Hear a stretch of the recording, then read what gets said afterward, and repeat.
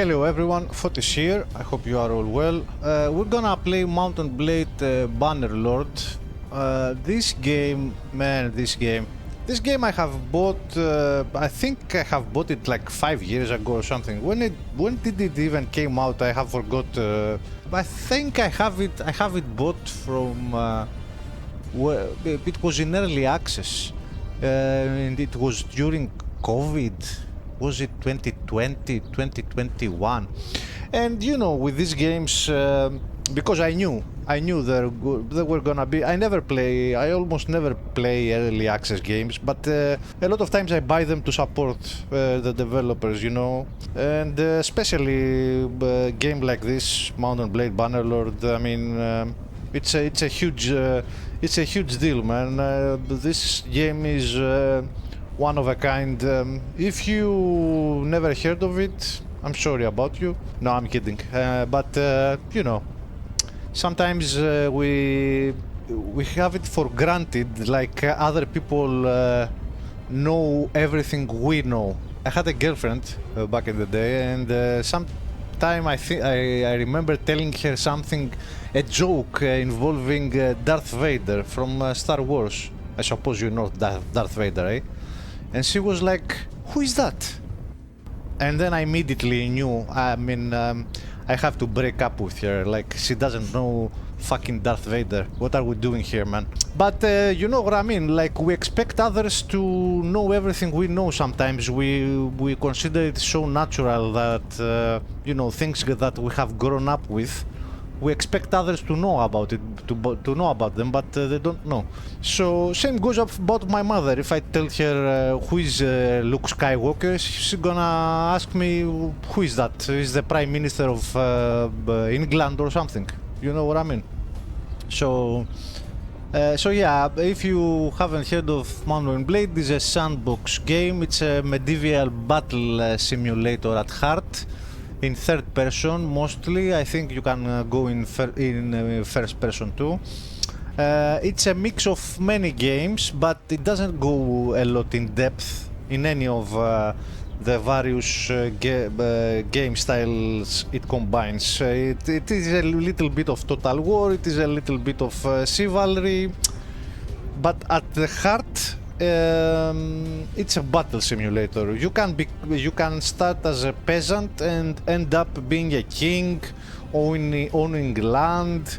You can do a lot of things, whatever you want. You can be a trader, you can be a raider, you can be a thief, you can be a bandit. I mean, or you know, yeah, you can end up being a king or working for a lord. Be a mercenary, have armies, but you know, you get the picture. But it doesn't go in depth in management and trying to be the leader of a country and do economic stuff, and you know, it's a battle simulator. So at heart, it's heavily inspired by Sid Meier's Pirates. So yeah. But it's a lot more in depth than that game, at least. There are a few other games like this, but it's a very niche category of games. You can't find many games like this. Lately there have been some more games, but there are very few games like this. It's Sid Meier's Pirates, this one, Star Sector, Battle Brothers, but almost none of them are. I think Bannerlord is Mount & Blade in general is the only game that you can go head on into the action in third person or in first person. All the other games are either turn-based or isometric or top-down or whatever. It's a very unique game. So yeah, I bought it years ago and I thought, okay, I will wait until it comes out of early access. Then the years passed, the game came out of the early access. Then I was like, okay, let's wait for some mods to come out, you know, because the previous game, Mount & Blade Warband, has a huge modding community, some amazing overhauls. I haven't played that game because, you know, I don't have a lot of time remaining on this earth, and I want some good graphics, man. I can't play with graphics from 20 years ago. So yeah, that's the only reason why I haven't played Warband. Maybe I should, I don't know. because it's really a good game, and the overhauls there are amazing. There's everything like Warhammer mods, Game of Thrones mods, Middle Earth mods, overhauls. I mean, huge ass overhauls. You name it. So I was like, maybe wait a bit more.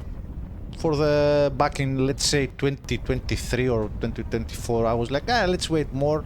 Maybe the mods will, more mods will come out, and but unfortunately, although there is a huge interest from the modding community, I think there are some problems with the modding tools. Plus, I've heard that every time that even the most minor patch gets released from the official developers of the game, most of the mods break, which is normal.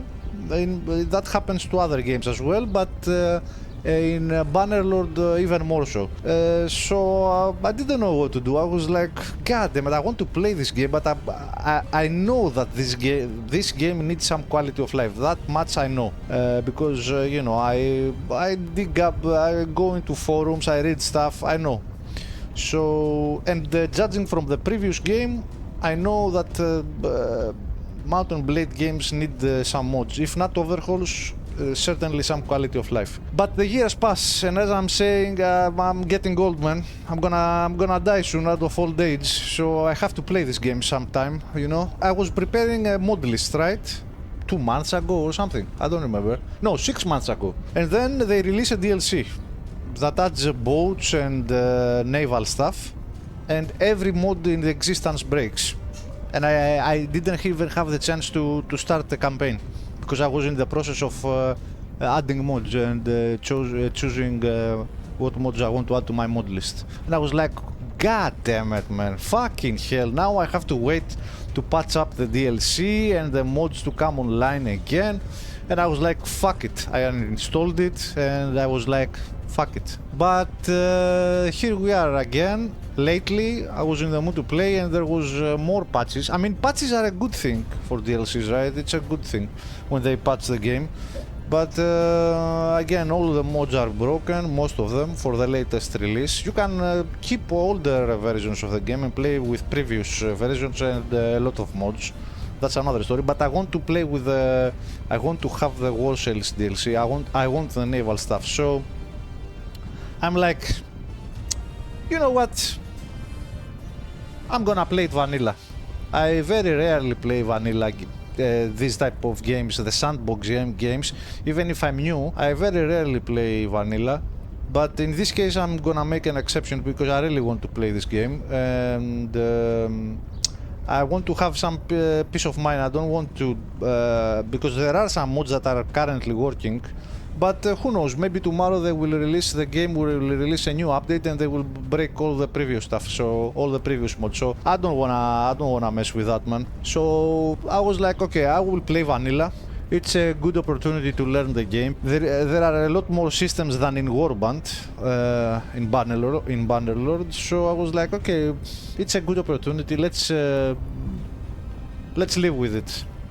Play vanilla, learn the game, see what you like, what you don't like, and in the meantime the game will get even more patched, and the modders are working. I know that many modders work on overhauls, so I think in this occasion time is on my side. So I will benefit by playing vanilla. I will learn the game, and then after I have spent, I don't know, maybe I will spend hundreds of hours in this game, who knows, or maybe I will get bored and drop it after 1 week. But if I get into it and start playing like a maniac, like I do when a game really interests me and consumes me, I'm playing it non-stop for many months.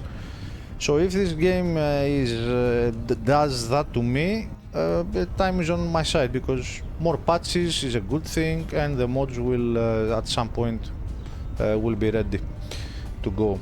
So yeah, I have only installed a couple of graphical mods, Dismemberment, which does what it sounds like, and there was another one, hold up your torch or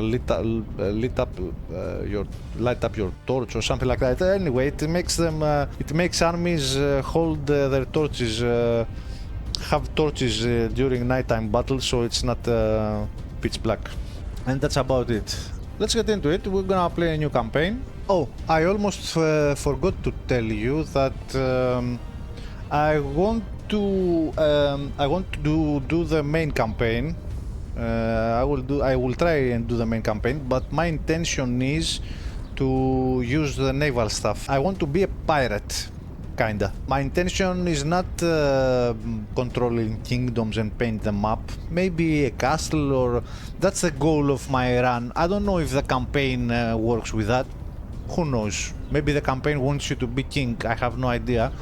But if not, yeah, but I don't want to manage, you know, a lot of land and stuff like that. If the campaign allows it, I want just to be a mercenary and maybe hold a castle or, you know, a small army. But I want to have ships. My intention is go to the ship, to the sea. Also, I don't know if the War Sales DLC has a separate campaign. We'll find out, I guess. But yeah, that's the intention. I want to somehow get into the naval stuff. Alright, let's do it. Also, why does the game stutter in the main menu screen, man? I don't know. Is this a heavy? Is it a demanding game? But I don't know. For some reason, I have stutters and lag in the main menu screen. What the hell?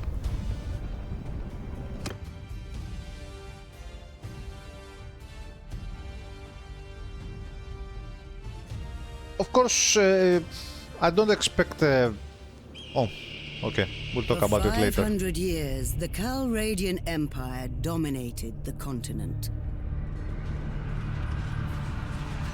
Its armies scattered foes before them.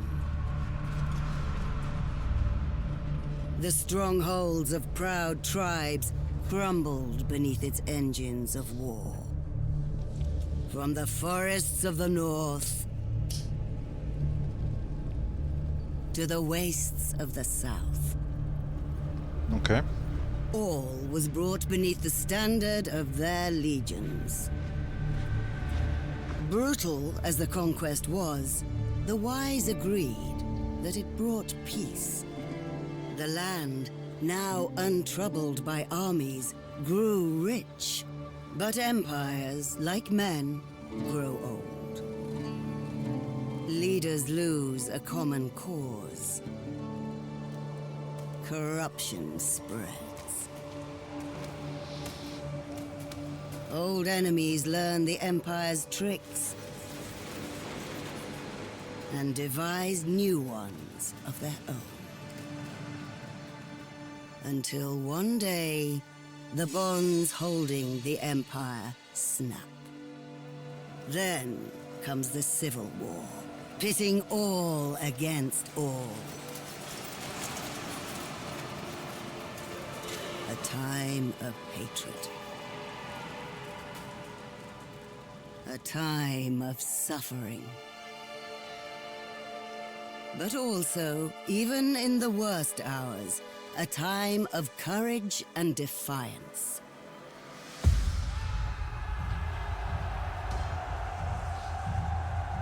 As new leaders arise, from new places and new peoples, to turn back the tides of destruction and bring forth a new world from the ashes of the old. I don't know. All that seems very, very vague to me. That's not a real story. I mean, it's a sandbox game, but... oh yeah, so... I suppose if you are a veteran player of this game, you'll get bored to death, so... Yeah, as you can already tell from my introduction, I don't know how to play this game. It's my first time playing this, so... but if you stick around, you are very welcome to tell me some tricks, to teach me some tricks, tell me some, you know, teach me some things I don't know. Any suggestions, everything is welcome. Let me know. So yeah, character culture. Choose your character culture. Let's take it from the top. Although Nords have caught my eye, I know this is from the DLC. And but let's take it from the top. Vlandians. The Vlandians are the descendants of adventurers from the west who lived under the Empire for centuries. Yeah, this is gonna be a slow playthrough because I'm learning things. I'm gonna take my time. I know many people have thousands of hours in this game, but you know, this is my first playthrough. I'm gonna take it slow. I'm gonna read everything. You know, I'm gonna enjoy my time. So, yeah, if you don't like it, you can leave. Alright, so Westerners under the Empire for centuries before forming an independent kingdom. With the decline of imperial authority, they have evolved into a well-organized feudal society led by a castle of warlike nobles who prefer to fight with spears and lances on horseback. So this reminds me some other thing, something else. I have watched a lot of footage, a lot of gameplay videos in the past few years actually. I have watched a lot of Reformist is one of my favorite YouTubers when it comes to Mount & Blade and some other games. I really like that guy, his voice, the way he plays. He plays a lot of Mount & Blade, Warband and Bannerlord. And so I always, but I have watched other people as well, and 99% from the videos I watch, it's always mounted combat. And some guy, some expert guy with hundreds of hours under his belt is going forward, you know, he's leaving his army behind and he goes straight into the enemy army on top of his horse, and he's abusing the stupid AI.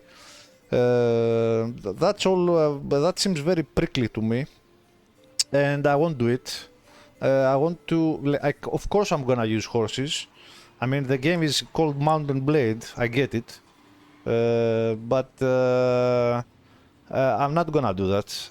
I have seen this kind of things with that cheese tactics. With people that play very hard Total War games, and they cheese the AI, abusing it just with a single hero in front of, they go against the whole army using abilities or magic or whatever, and they just abuse the archers until they go out of arrows and stupid shit like that. Dude, this is a role-playing battle simulator. Like, why would you do it? Why would you cheese the fuck out of the game, man? I mean, I don't like it. It's a game. People can have their own good time however they want to, but I'm not gonna do that. I mean, I can't because I'm a noob, but even if I could, when I learn the game, I won't do that. I want to... I will play the battles like... you know, I will stick around to my soldiers on foot if I have to, you know, or if I have a horse and I don't have cavalry, I will stick close to my footmen and try to support them, you know, but I won't do cheese tactics, fuck that. Okay, so here I see these people, they prefer to fight with spear and lances on horseback. 5% more known from the battles, 15% more income while serving as a mercenary. That's very interesting. 10% production bonus to villages that are bound to castles. That's for later. Recruiting lords to armies costs 20% more influence. I like this one a lot. 15% more income while serving as a mercenary, because I'm planning to play as a mercenary. I just hope the campaign doesn't expect me to become king or something.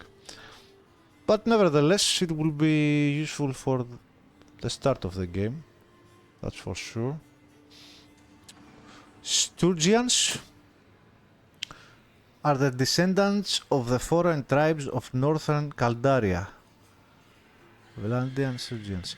As the empire expanded into their cold forests, they found a ready market for the...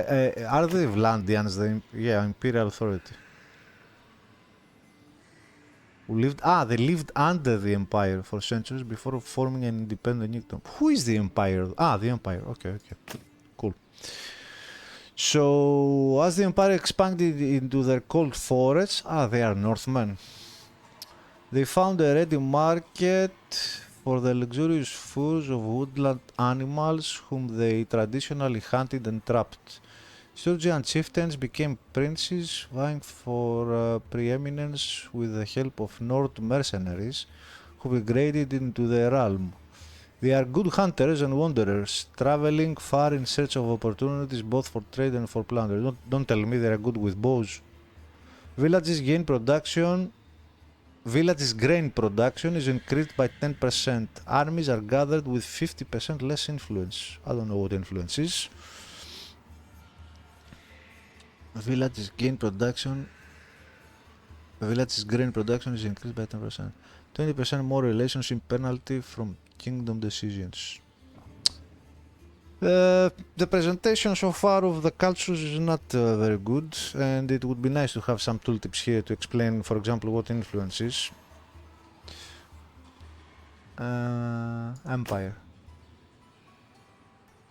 The Caldarian Empire is in decline. Even before the suspicious death of the Emperor Arenikos, the once united realm was torn by political rivalries.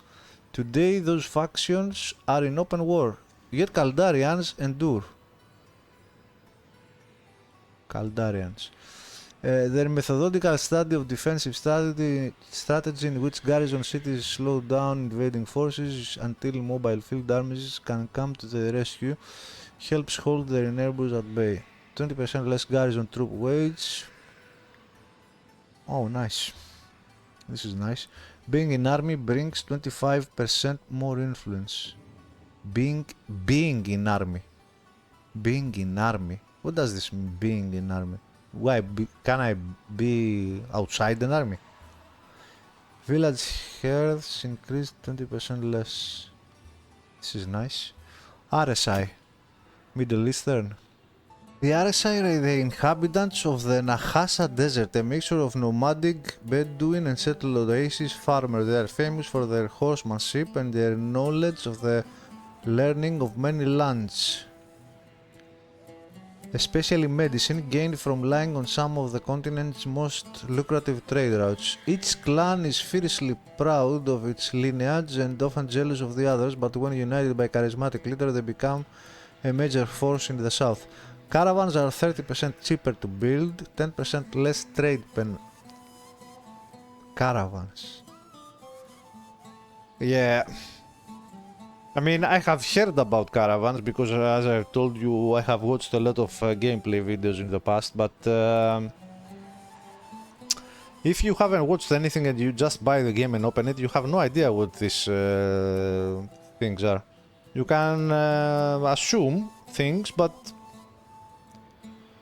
10 less trade penalty, okay, no speed penalty on desert. Daily wages of troops in the party are increased by 5%. Alright. Kuzites. What are these, Dagestani? The Kuzite confederation of steppe tribes used to live in a nomadic life, but have recently settled in the eastern frontier of the empire and are slowly transitioning into an Argarian society with permanent town centers. Huh. Despite this, they still retain many aspects of their nomadic life, including their affinity with horses. They are masters of mounted archery, shooting and then galloping out of reach. Recruiting and upgrading mounted troops are 10% cheaper. Nice. 25% production bonus to horse, mule, cow and sheep. There are mules? No, I thought I read camels.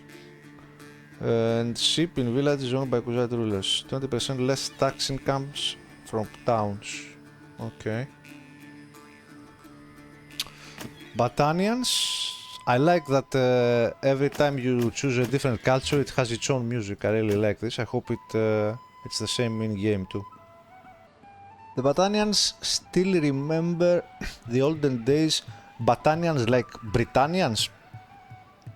The Battanians still remember the olden days when the woods stretched across northern Caldaria and the Empire and its cities had yet to violate their sanctity. The fierce warriors remain loyal to their traditional ways. They paint their faces when going to battle, and even their noblemen prefer to fight on foot. While using great axes and two-handed swords with deadly efficiency. Wow. These guys... I would expect Nords or Northermen like these guys to be, you know, savages with two-handed weapons and stuff. 50% less speed penalty and 15% sight range bonus in forest. This is very nice. Towns owned by Battanian rulers will have 20% chance of militias to plus 20% chance of militias to spawn as veteran militias. 10% slower build rate for town project in settlements. This I like. These guys have village grain production. Armies are gathered with 50% less influence. And why is this green? Like 50% less influence doesn't sound like a plus, but it's considered a positive thing. If only we knew what influence is, huh? So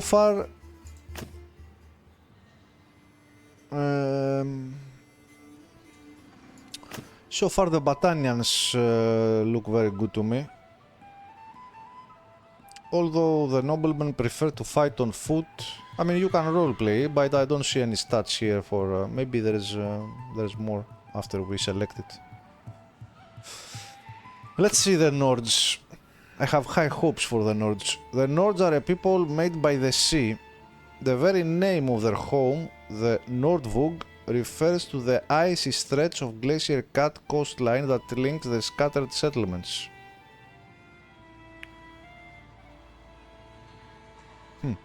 Until recently, their towns were little more than a shrine or market beside a fjord or estuary, I don't know what this mean, surrounded by a palisade. Some make a modest living by farming barley and raising sheep, but those with ambition must venture forth in their longships to trade, plunder or fight for hire.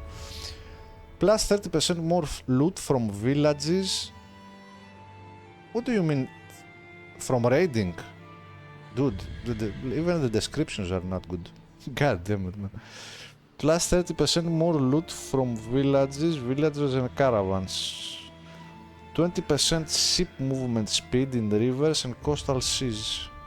Armies that are commanded by an orc commander lose 30% more cohesion on land. That doesn't sound good. But since I want to do naval stuff and be a raider, this look good for me.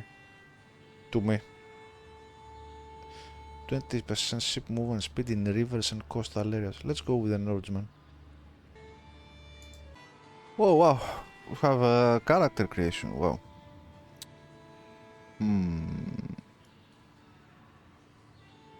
Oh. Yeah, we will definitely have long hair, or we will be a bald guy, but with a beard. That's for sure.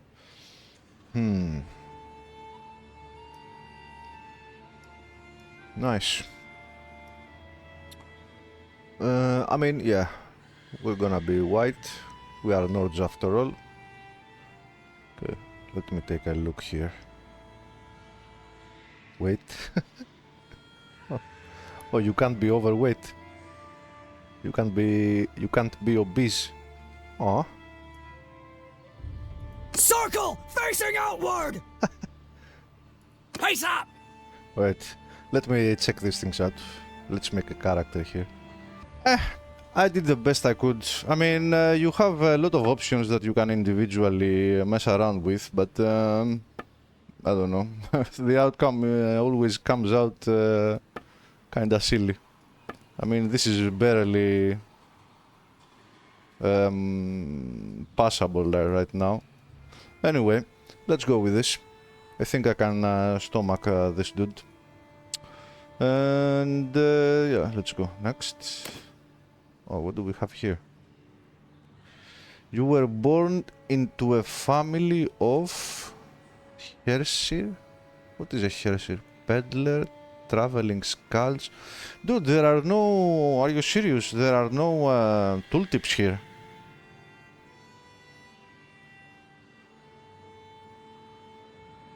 How am I supposed to know what a Hersir is? Ah, sorry. Your family's loyalty ran deep, not in sprawling, so there is explanation. Where is it? Okay, there is explanation, my bad, sorry. So, your family's loyalty ran deep, not in sprawling lands or grand titles, but in service. For generations, they had served as Hersirs, the trusted retainers, for a minor Jarl who kept watch over a wind-swept corner of the North Territory. 10 skill levels and 1 focus point to steward, and 1 attribute point of vigor. 10 skill levels and 1 focus point.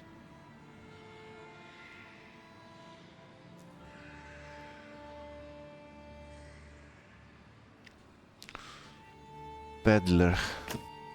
You grew up amidst the bustling chaos of a Norse market town.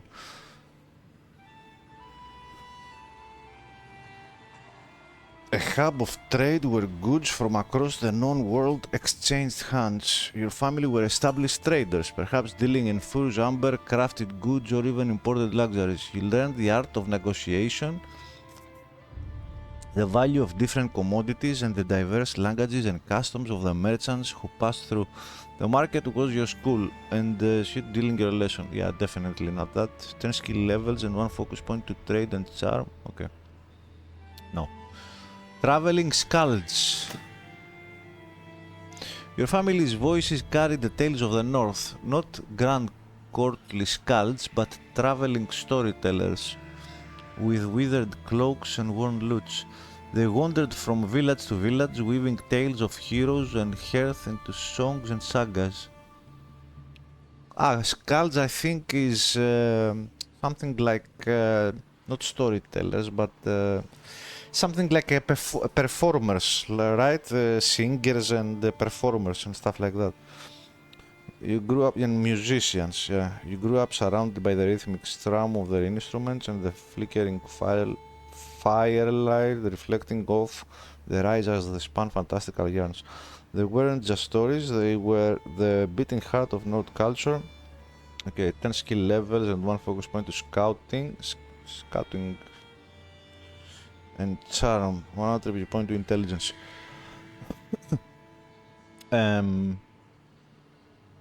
I know that I mean the backgrounds and the stories don't pay a serious, like they don't make any difference in games like this. But I want to roleplay it a bit. This is the meat and potatoes here, the green letters, of course. But yeah, urban artisans. The clang of hammer on hot iron was the defining sound of your upbringing. Your family were more than mere smiths. They were artisans who coaxed wonders from limited resources, shaping valuable iron into formidable weapons and treasured tools. From the forge you learned to work with what little you had, understanding the unique properties of each piece and the almost magical skill required to transform it. 10 skill levels and 1 focus point to smithing and engineering. 1 attribute point to intelligence. They all give points to intelligence. This is vigor. Let's take a look at this again. Hershey. Your family's loyalty ran deep, not in the sprawling lands of grand titles, but in service.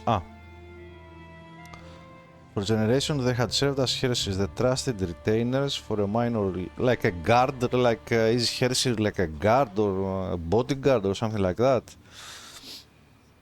Trusted retainers for a minor reality who kept a watch over a Windsor corner of the North Territory. 10 skill levels and 1 focus on to steward.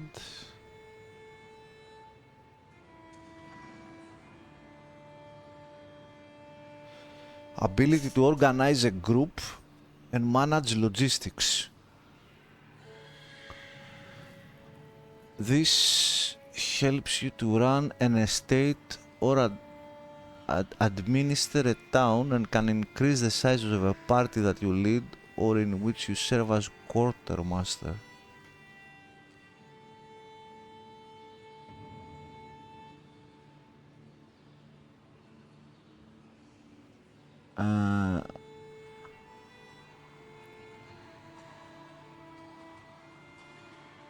This seems very important for a character. What are the naval skills? Mariner enhances your personal combat prowess during naval engagements and bolsters your effectiveness in leading troops and employing tactics in sea battles. This is what we want to do, I think. Boatswain governs the well-being and discipline of your ship's crew, as well as the vessel's overall combat readiness, including rigging and supplies. This is what we want. This is what we want, I think. Shipmaster improves your navigational abilities, the effectiveness of naval siege engines under your command, and the speed and quality of ship repairs and upgrades.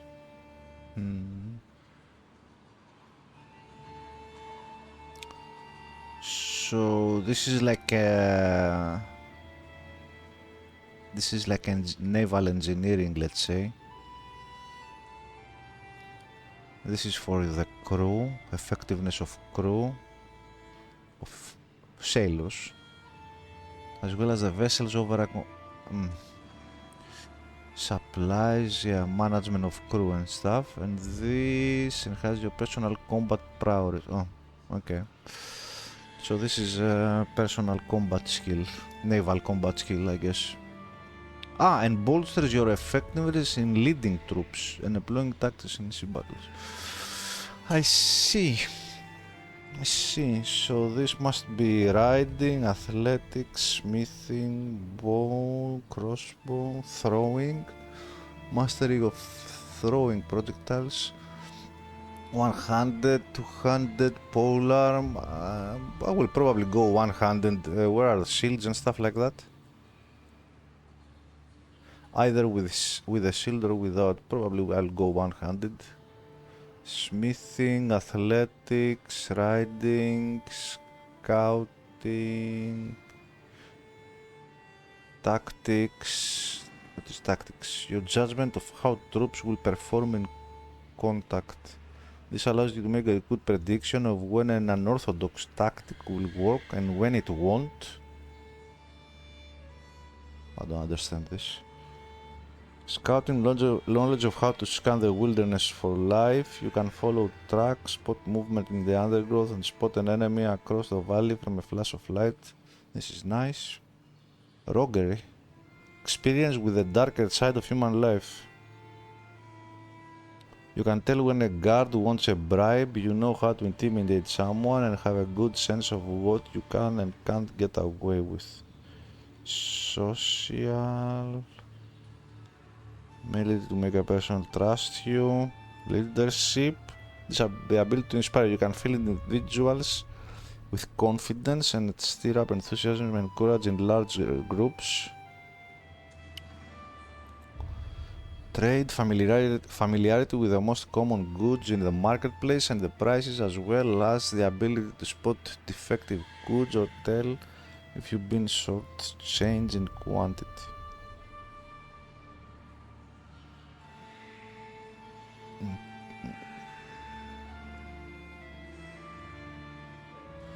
Steward, ability to organize a group and manage logistics. This helps you to run an estate. What is the leadership? Like this clearly says this helps you to run an estate or administer a town and can increase the size of a party that you lead or in which you serve as quartermaster. But this, the leadership, the ability to inspire, maybe morale. You can fill individuals with confidence and stir up enthusiasm and encourage in larger groups. Maybe this has to do with morale. But I feel like these are very important for me because I want to do naval stuff. Steward, of course. Unless this is for land. I mean, does Steward work for naval stuff as well? This is personal combat. Lead effectiveness in leading groups and employing tactics in sea battles. Do they intermingle or, for example, do I need, what is the scouting? Is there a separate skill for scouting at sea? Because in what I played a game, what was it called? Blood and Gold Caribbean, and there was a different skill for scouting at land and different one for being at sea. Boatswain. And where is the skill that makes you go faster on the campaign map? Is this scouting? Can follow track, spot movement in the other and spot. This is all about spotting, scouting, yeah. But what about moving faster on the campaign map? Control a horse to keep your balance when you move suddenly. Physical fitness, speed and balance, but these are all personal. Roguery, tactics, maybe tactics, your judgment of how troops will perform in contact. No, this allows you to make a good bet. No.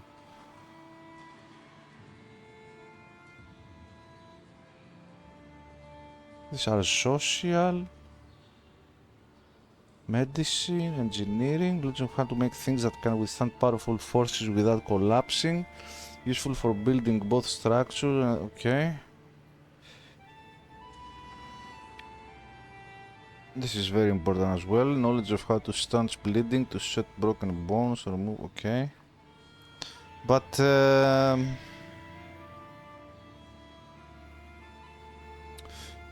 yeah, I'm a bit confused about. There was scouting and some other skill. What? Pathfinding. What is that skill? Anyway, Hershey seems good though. It gives Steward, which is good, I think. And focus. It's this like the old Elder Scroll games that had the you could have a major skill and it would you know, the more you use it, the faster it levels up, and something like that I think is what focus is meant to be. But yeah, I want to go one-handed. So it gives focus to one hand and Steward, which is nice. Among other things, it also increases the size of a party. And 1 point to vigor. Vigor.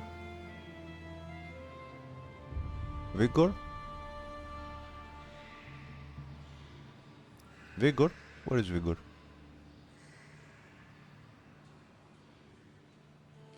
One attribute point to vigor. Am I blind? Where is vigor?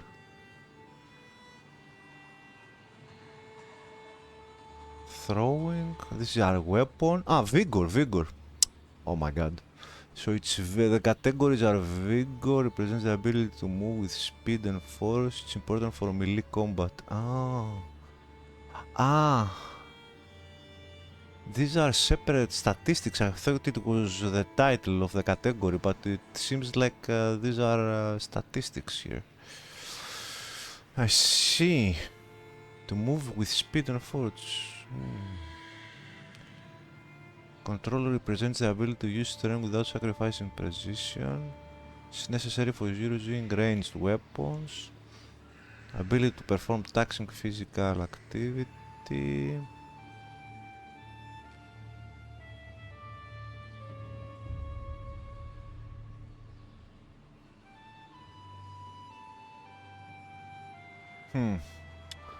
Right.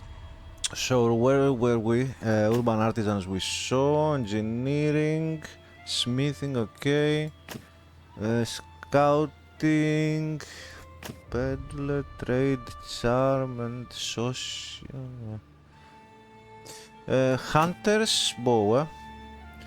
Born to a family of foresters living off the land, you learn to track prey, hunt for sustenance and gathering herbs and mushrooms. The forest provided, but it also demanded respect. You learn the medicinal properties of plants and mushrooms for the inevitable scraps and ailments that came with life in the wild. The harsh environment became your teacher and survival your greatest lesson. 10 skill levels and 1 focus points to bow and medicine, 1 other you point control. Vagabonds. You were part of a tight-knit family scrapping by on the fringes of a bustling North port.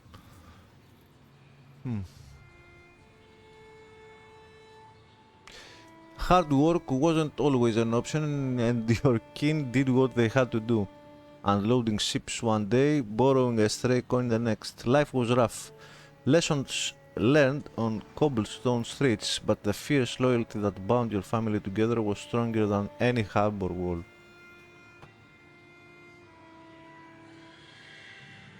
Hmm. 10 skill levels, 1 focus point to throwing and roguery, 1 attribute point to cunning. Ability to predict what others people will do and to add with their plans.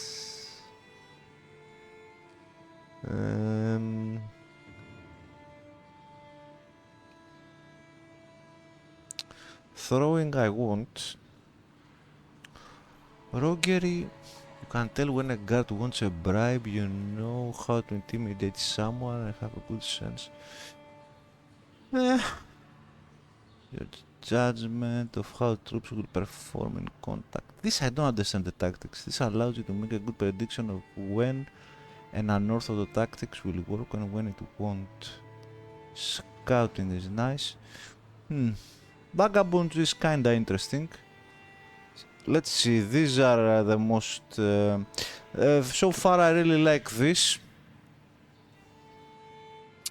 But this is the Vagabonds is a bit more thematic for what I want to do, because I want to be a raider, essentially.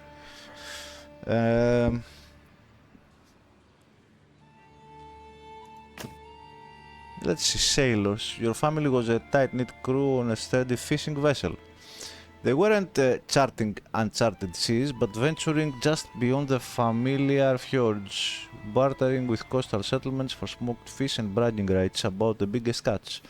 Tales of faraway lands might have been spun under flickering lanterns, but the reality was weathered sails, calloused hands, and a knack for reading the temperamental sea. 10 skill levels and 1 focus points to trade.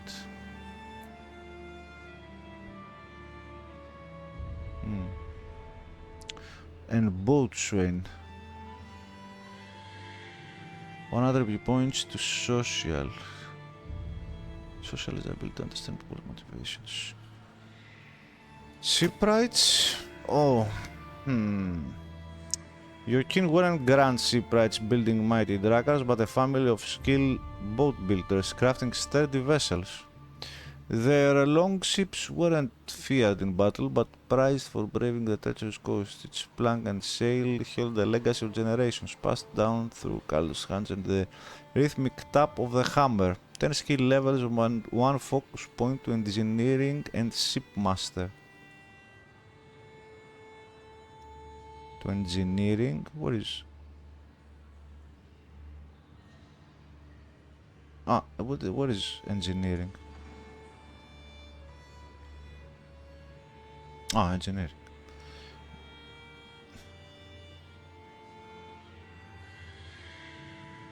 One attribute point to endurance.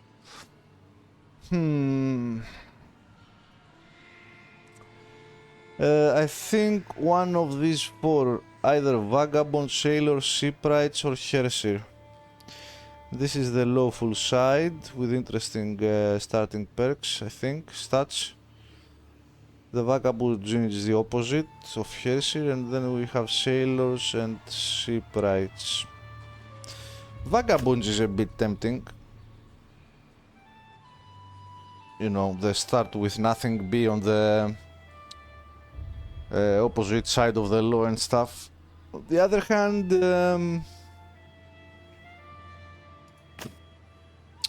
I wouldn't mind having a policeman as a dad. Or in this case, I don't know what he's like a bodyguard or something. He looks like a soldier.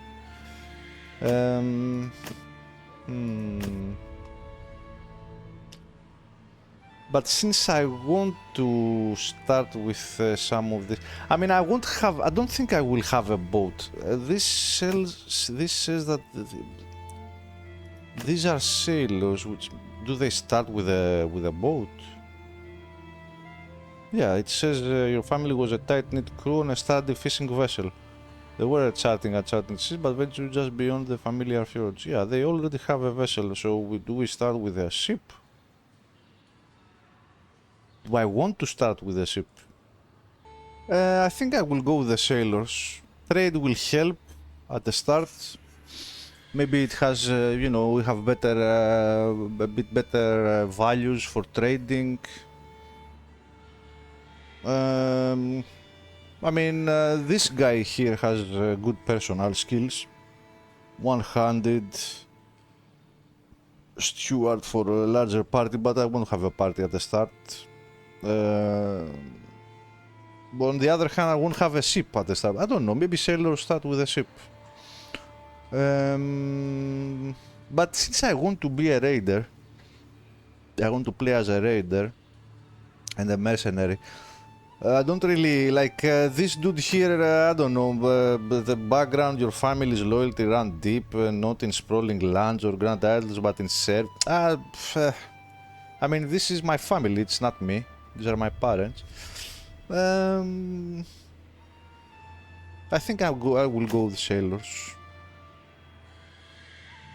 Let's go with sailors. We're fishermen. Your family was a tight-knit crew. Oh, we've already been through this.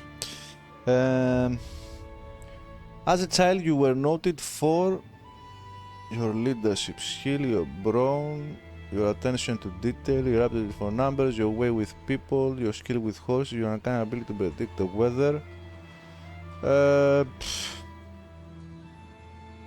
Ability to predict the weather. This all have to do with this reminds me the Daggerfall style with the questions.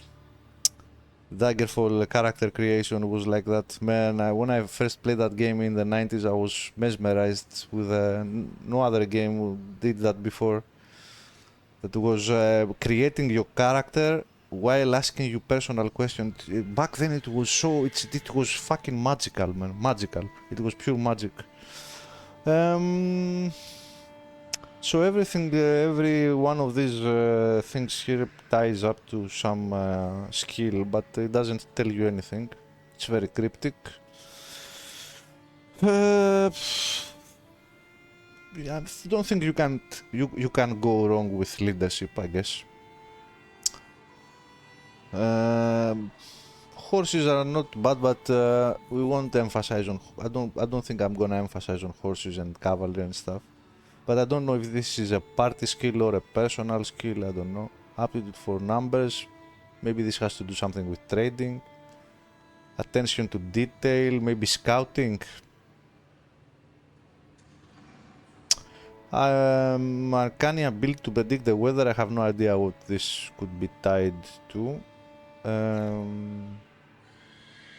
This is for social stuff.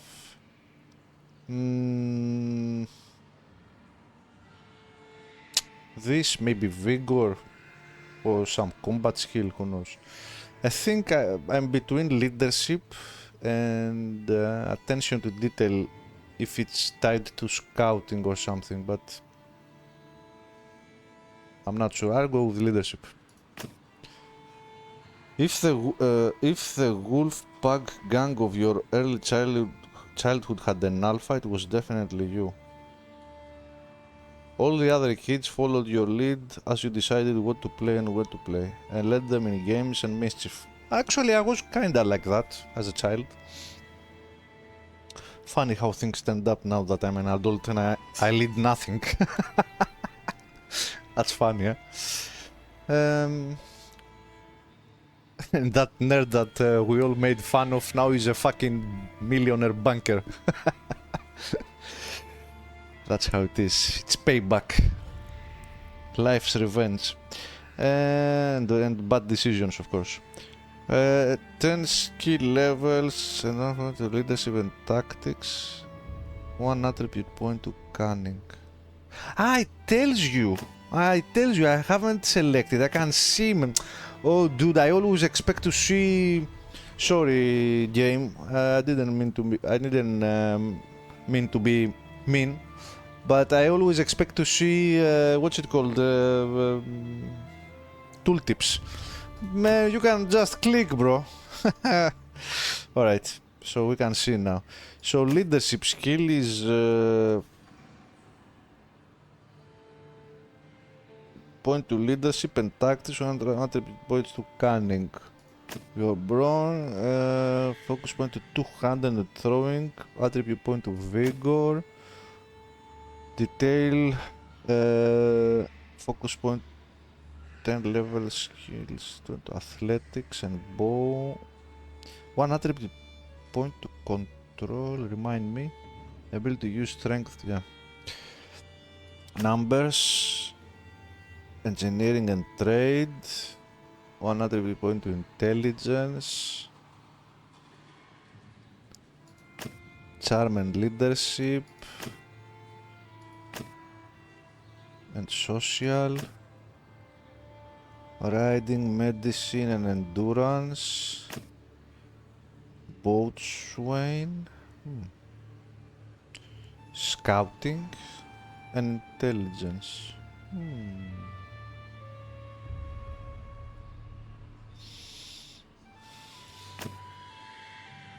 200 I don't want to. Throwing.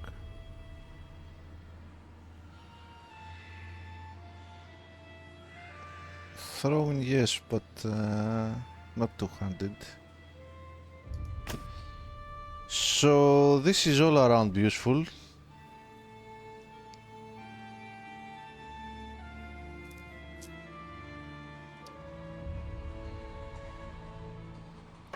Maybe I should build around, you know what? Now that I think about it, fuck the role-playing, man. If I go back, what happens? Does this take me to the main menu screen or the previous step? Because now I have a different idea after I see these things here. Tactics, leadership, tactics.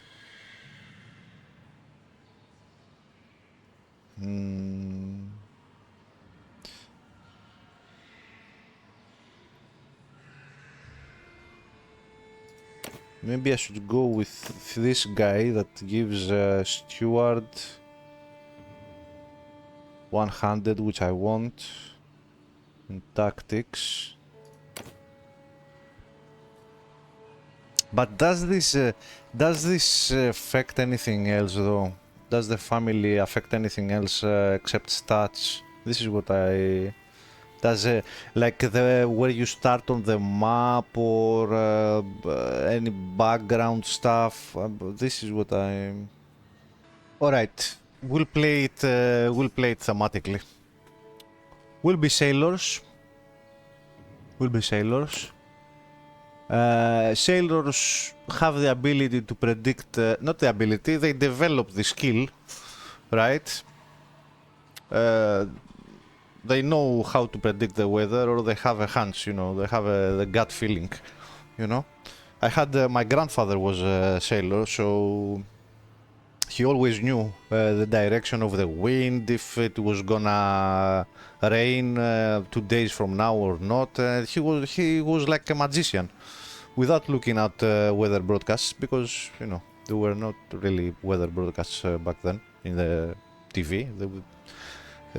My grandpa was born like in late 800s, so so yeah. Let's go with this. It fits the purpose, and plus we gain abilities that we actually want. So here you spend your adolescence helping your uncle with his fishing business, learning the ropes, or like all village children, you helped out in the fields. You also worked as a deckhand on a fishing boat. This fits the scenario. You spend your adolescence helping your uncle with his fishing business, learning the ropes, literally, of seamanship, from mending nets to hauling in the catch. So we gain boat train, more boat train and athletics, which is nice, and attributes point to endurance. Cool. I mean, we have a lot of stuff here that won't help us at the start. I don't think we will begin with a ship or something, but we would go there anyway, I guess. And I don't know if these are party skills or personal skills. I know in Mountain Blade that you can have companions that can take care of party skills.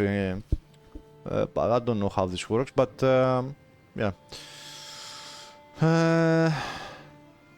And my only experience with Mountain Blade is, you know, Blood and Gold Caribbean. I remember in Caribbean, intelligence helps you gain XP faster and more skill points. I don't know if it's the same here. We'll see. But yeah, so let's roleplay it. But I think the skill points are going to useful stuff that we would take anyway at some point. And after this, when serving on a raider ship, what else? He grew up with sailor parents. He worked for his sailor uncle on the ship. Why not continue that and be continue working as a sailor, let's say, or a raider? I mean, we want to be a raider. This is literally the start for us. As a youngster growing up in Caldaria, war was never too far away. We have other options, of course. Served as a shield bearer to a Haskell, join the raiders as a lookout and stuff. Okay, become a war child. Yeah, the war child gives us throwing, which I actually want. But the raider ship gives us one mariner. And what else? Attribute to vigor, which is always good. The ability to move with speed and force. One-handed, which we actually want. Yeah. We have scouting. Where did we get the scouting from? Deckhand. Ah. Your uncanny ability to predict the water. Ah, this gives us scouting too. Alright, alright. On a raider ship. So far so good. Ah, we have more. Cool. Before you set out for a life of adventure, your biggest achievement was something that gives us, I don't know, medicine, maybe, or leadership, or throwing, something along those lines. Steward.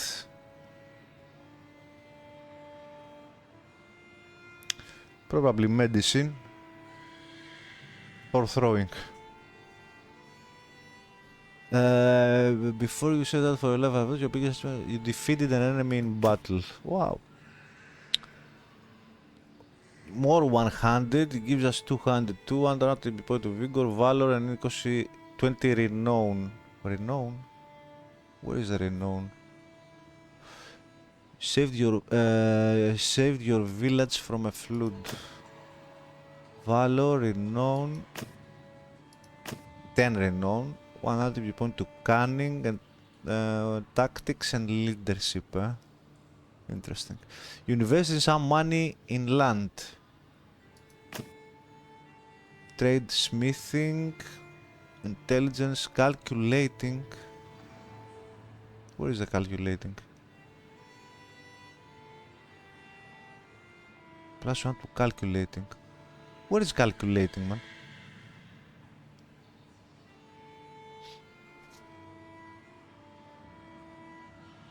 I don't know.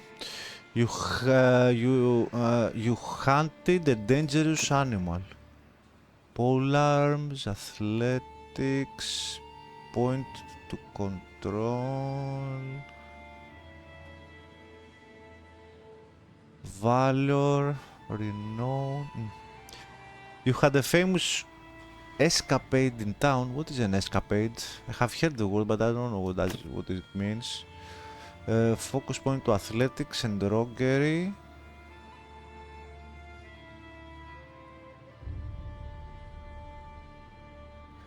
Endurance, valor, renown. You treated people well, this will be social. Mercy, generosity and honor.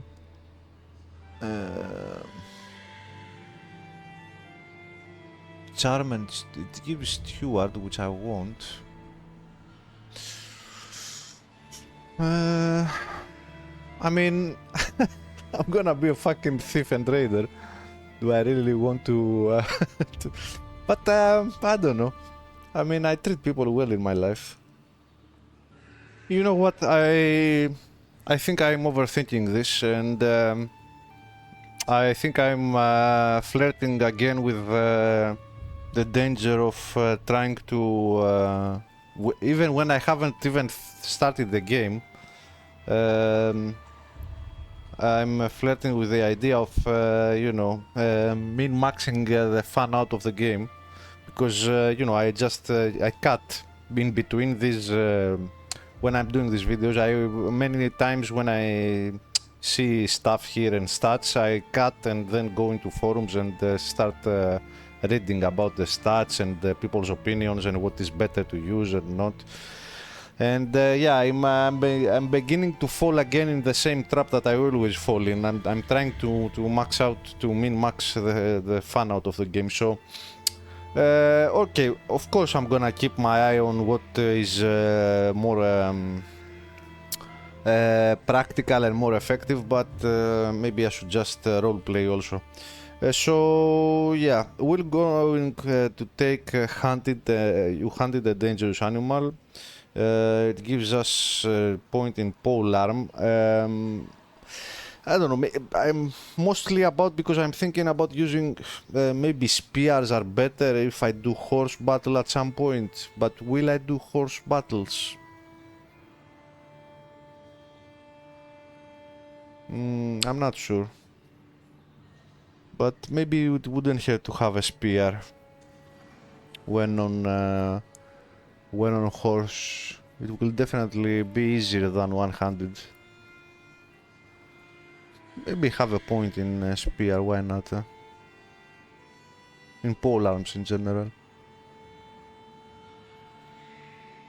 And I think it says, yeah, it's one-handed and two-handed, so polearms can be also used with shield.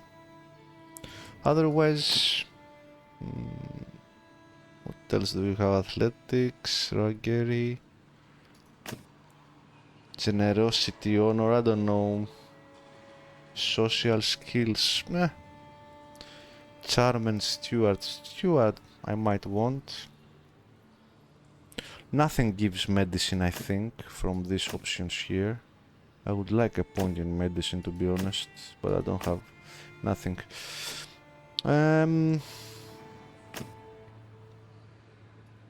You defeat an enemy in battles, gives 200. I don't care about the 200. Vigor, valor. Vigor is nice though.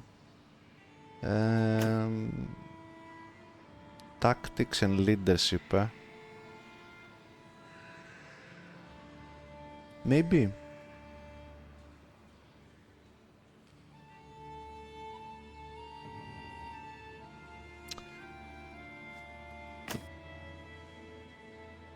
Ah, this gives another point to trade. To smithing? No, I don't want this. All arm and athletics. Athletics is nice too.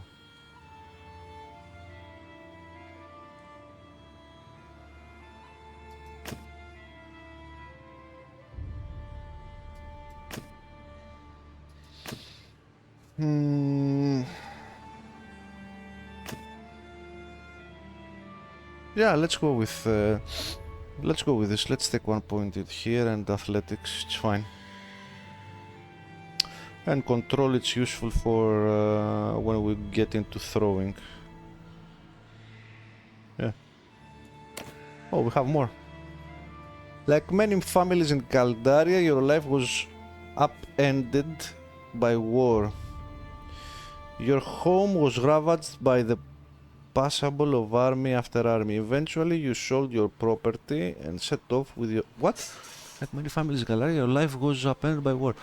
Your home was ravaged by the passage of army after army. Oh. Eventually, you sold your property and set off with your father, mother, brother, and your 2 younger siblings to a new town you had heard was safer. But you did not make it. Along the way, the inn at which you were staying was attacked by raiders. Your parents were slain, and your 2 youngest siblings seized, but you and your brother survived because... I wonder if you choose another start, like another culture, if all these are the same. So, parents slain, youngest siblings seized, but you and your brother survived because you subdued the raider, which gives 100 in athletics and vigor. Nice.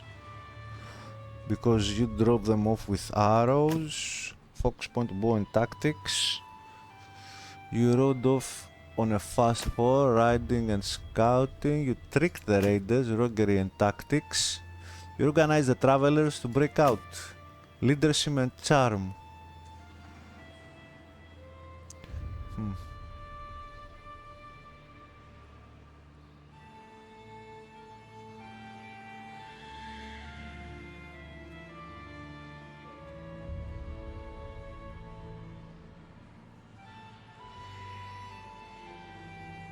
You threw up makeshift fortifications, engineering and 200. No. This is nice for leadership. I don't know exactly what leadership does, but I suspect it has something to do with morale, confidence and stir up enthusiasm and courage.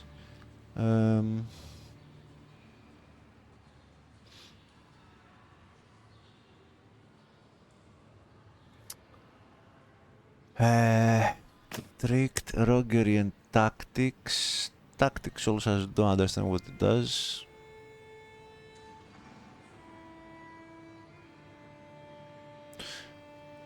Your judgment of how troops will perform in contact. I don't understand.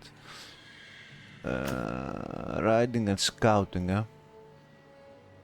Maybe. Why not have one riding? Doesn't hurt to have one riding. So... and more scouting also doesn't hurt. Although I could use a companion for scouting, but at first I will be alone. But doesn't also give it doesn't only give speed. Knowledge of how to scan the wilderness for life. You can follow tracks, spot movement in the undergrowth, and spot an enemy across the valley from a flash of light on spear points or a dust cloud. This could help me at the start of the game. So yeah, and riding. This is one candidate. This is the second candidate. So this, and maybe this for leadership.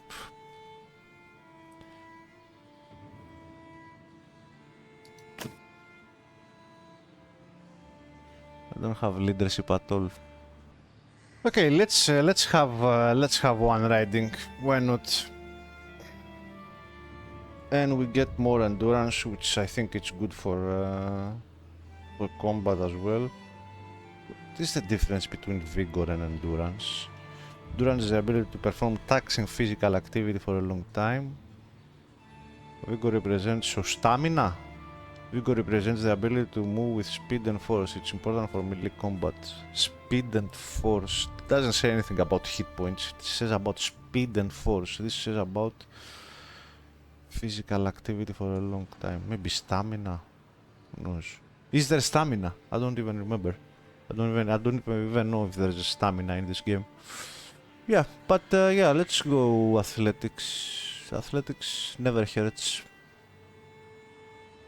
Not athletics, sorry. Scouting and riding.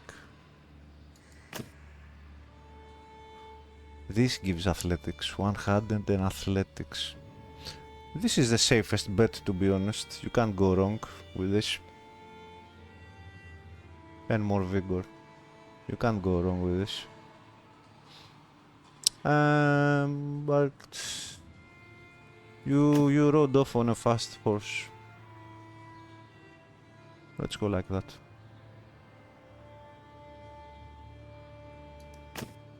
Leadership charm.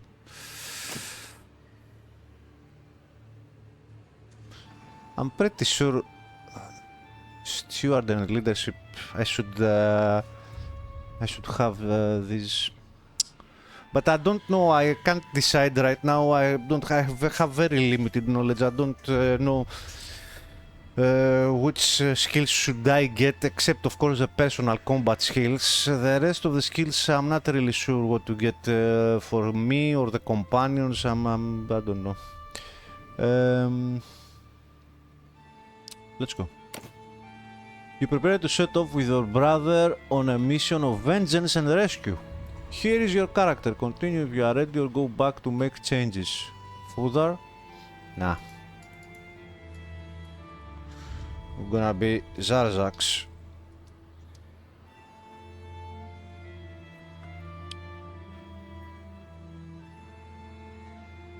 We're gonna be ZarZax. Or we could be ZarZax.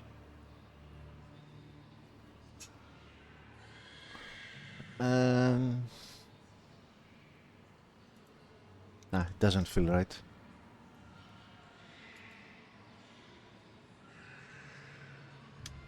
Let's go like that.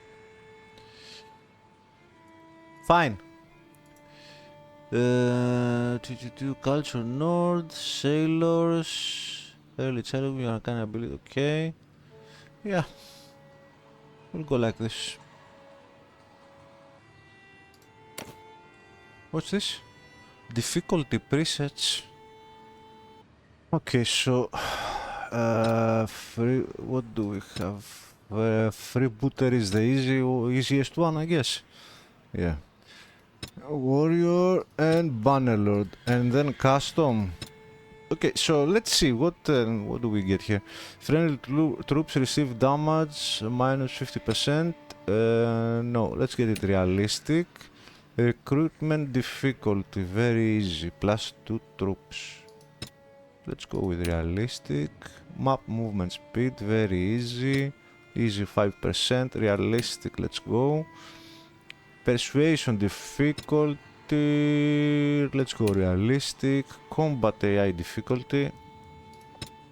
Now this is a tough cookie. If it works like in the other Mountain Blade games, it means that challenging the almost 99% of the time the AI has perfect blocking abilities, which I don't enjoy. I want them to do mistakes. I don't want a perfect block every time. And also I have heard many people complaining that their two-handed attacks from, you are a fully heavy armored juggernaut and your two-handed attacks are parried by a farmer with a small knife. So I think I'm gonna do veteran. I don't know if this is true. Veteran, I'm pretty sure, like from what I've read, that they are doing mistakes. On challenging, though, I think I've read that the AI also uses feints. I don't know if in veteran they use feints. We'll see. But I prefer losing the feint ability than having them block perfectly all the time, like 100% the perfect block. I don't enjoy that. And I'm not very experienced with this game. Not this game, with Mount & Blade games. So melee combat is not my strong suit. I have played many shoot 'em up games, but first-person shooters. But in melee combat, I'm not that good. I don't know. So let's go with veteran here, and maybe we will. No, combat AI veteran, I said. And we'll increase it if it feels too easy or something. I might increase it when I learn the game. I don't know. We'll see. Let's go with veteran for now. Clan member battle death chance disabled, reduced by 50%. Let's go realistic. Enable birth and aging. Choose if the heroes are able to age and reproduce. Yes, this option cannot be changed later.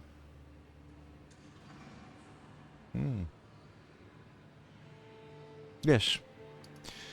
Let's have it on. Let's have it on. Hero battle death chance disabled. Disable battle death for player hero. What do you mean? Determines if you and or other heroes can die in battle. Wait a minute. This is Iron Man. Okay, I want my disable battle death for player hero.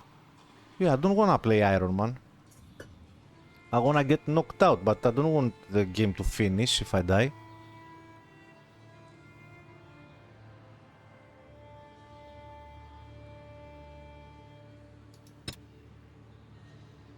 Yeah, because I know that in these games, in Mount & Blade games, you can get captured or thrown to prison. That's alright, but I don't wanna die in battle. My army and my other heroes, my party members, yes. Disable battle death for player hero. Enable battle death for all heroes. Disable battle death for player hero. That's what we want. So I read that the chance for your player character to die is 2% when he gets knocked out. I think, I don't know. Maybe I should have it on. Let's hope I can change it later. Let's leave it on for now, and the 2% doesn't look, and it can get decreased if that 2% is only true if you are naked, like no armor at all. I think I read that better armor, or some stats, or even surgeon, or that helps minimize the chance even further.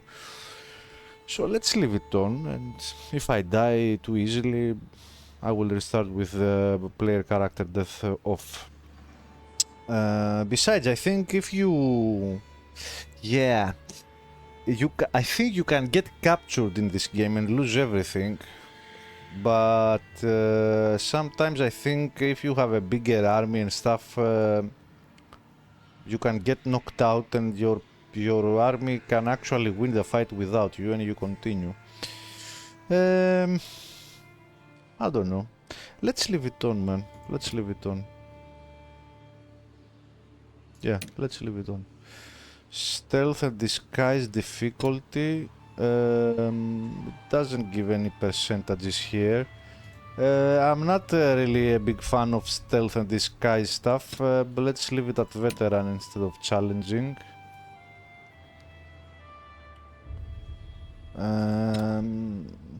Yeah. Auto-allocate clan members. Enable auto-allocation of perks for members in your clan. No, I will do it manually for now. Iron Man, no. I won't. I don't think. I won't. I don't like save scamming in games, but especially when you are playing a new game, though, you have to sometimes, you know, for learning purposes, you have to save and load. It doesn't, unless you like real torture. I think sometimes you just have to load. If you die in a battle, alright, but you know, misclicks. You know, making mistakes and stuff like that. I think, yeah, no Iron Man for me.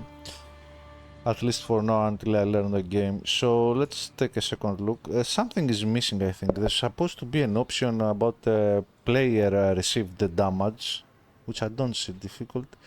Friendly troops receive damage, not player damage. Friendly troops, recruiter difficulty.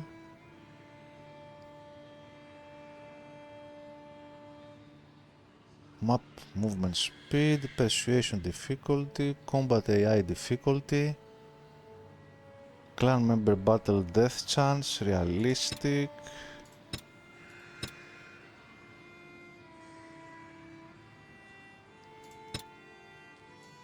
Enable birth and aging. Hero battle death chance, enable battle for all heroes. Yeah. Stealth disguise veteran. There's. Yeah, so let me check this out.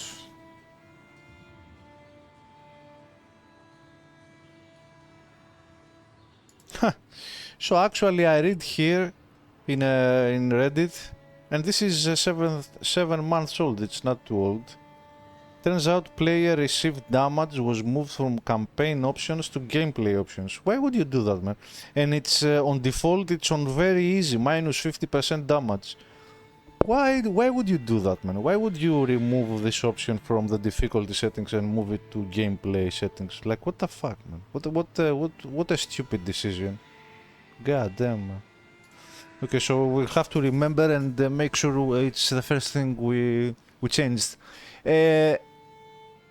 Because I took maybe I have already changed this to realistic because I think I went to the gameplay options. I don't think but we have to check this out when in game.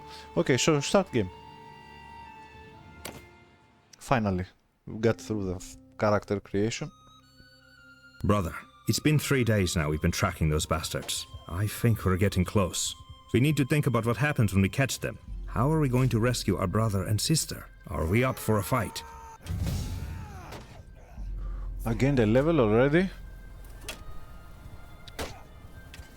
Been 3 days now. We've been tracking these bastards. I think we're getting close. We need to think about what happened. How are we going to rescue? Yeah, can I click? Oh, I can.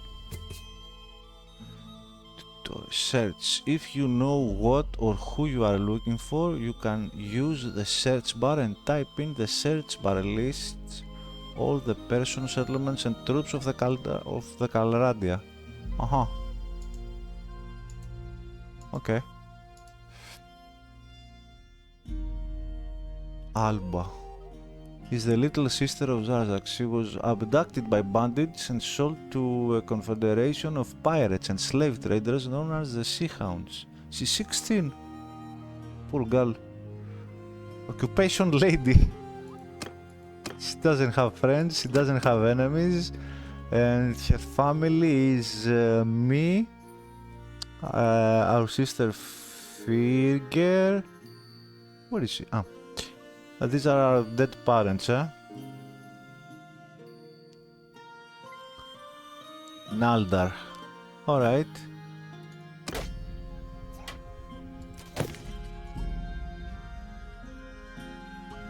She's 11. Oh my god, she looks very older than that. She has huge boobs. Has met ZarZax Summer 1084. Last seen near Tivia. Encyclopedia Settlements. The encyclopedia has information on all the towns, castles and villages of Calradia. Once visited or Once visited or revealed, you can track up-to-date information from the encyclopedia.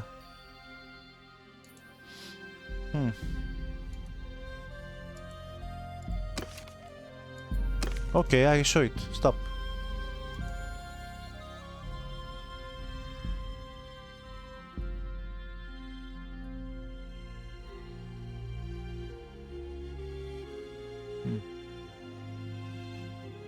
Tivia sits by the banks of the river Scythe south of the Ornian Rock. This great outcrop is named for the vultures who perch on its crag to keep watch on the hazy plains below. The low-lying riverlands are used by the villagers to grow flax. Right. This looks like an old training field for the legions. Perhaps we can spare some time and brush up on our skills. The practice could come in handy when we catch up with the raiders. Oh yeah, definitely. We need to do the tutorial. Yes. I need to know I can fight if I have to. We have no time to lose. We can do more of you split up, skip tutorial. Do you think we will catch up with the raiders soon?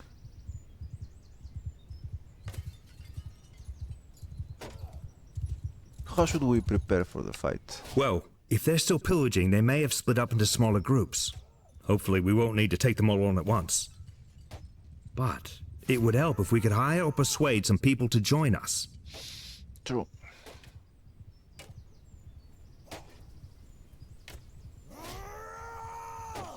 This looks like an old training field for the legions. Perhaps we can spare some time and brush up on our skills. The practice could come in handy when we catch up with the raiders. So do you think we'll catch up with the raiders soon?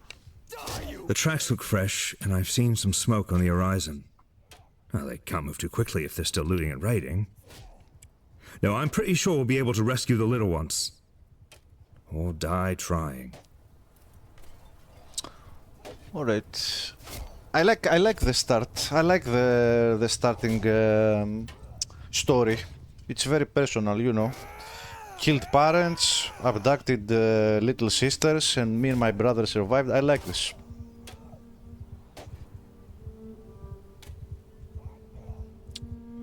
You get invested into things.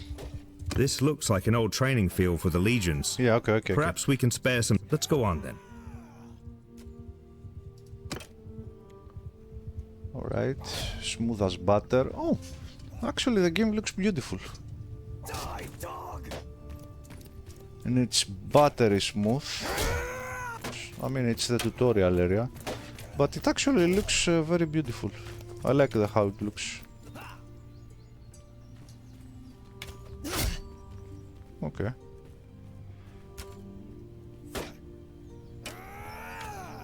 My guy looks good too. Okay, so back to options. Yeah, here is the player received damage. It is unrealistic. So yeah, control clock direction. I have it on auto. Control attack direction by look direction.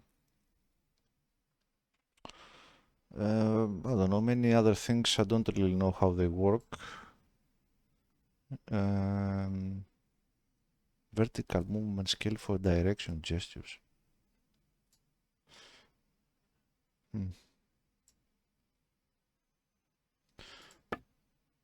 have everything on high here, on very high actually. Film grain, I have to take a look if I like it or not. But yeah, the important one is show blood, show formation distance texts. Enable formation distance text when disable formation icons will scale to indicate distances.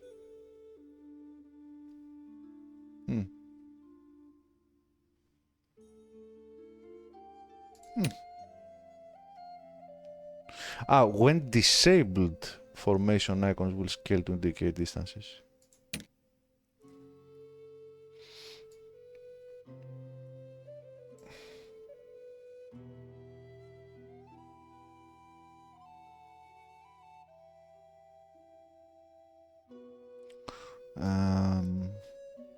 Realistic player received damage. Okay.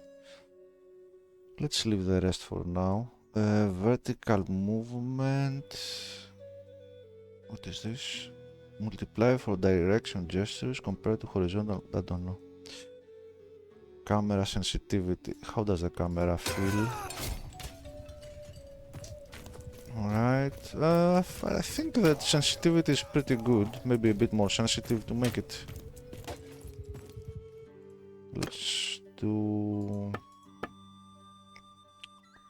Let's have it on 60 maybe. Too much. 55. Have it a bit more responsive, yeah. Let's go like that. What does he want? Melee training, short training, shield training, advanced melee. Oh, we have a lot of training to do here. You can leave the training field by holding tab. You can return at any time from the campaign map. Alright, so let's see what we've got here. Range training, melee training.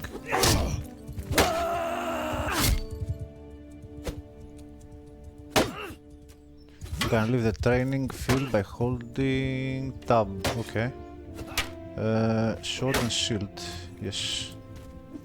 Let's do that. These arrows, maybe I should remove them. Defend from the left. We have auto defend.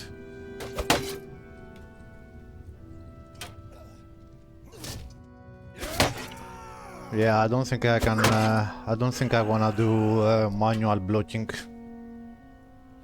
Attack from the left.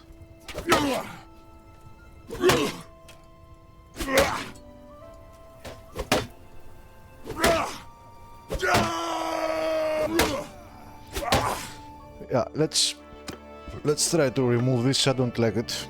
The arrows. Where are they?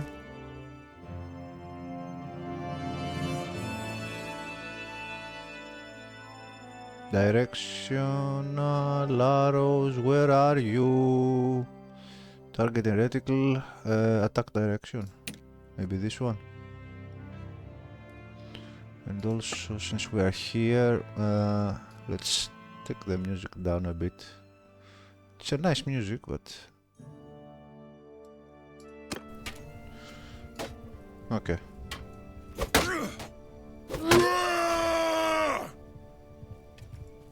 And how can I cancel the attack?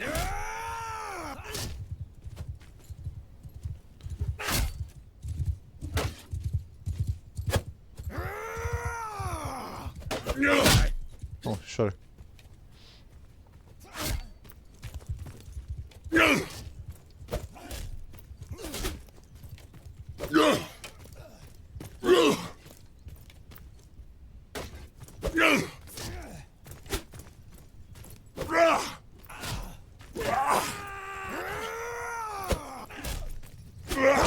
Oh, sorry, bro. Okay, successfully finish the sword and shield, choose another weapon or go to another training area. 200.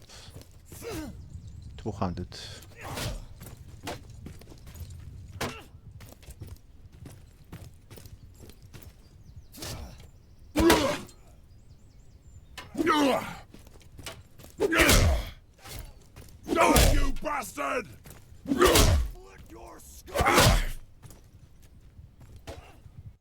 Ah, defend. How do I do a feint? How do I do a feint? Ah. Right click cancels the animation, huh?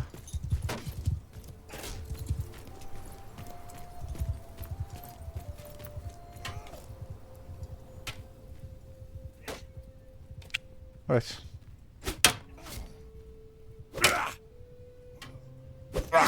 Oh fuck. Go on then.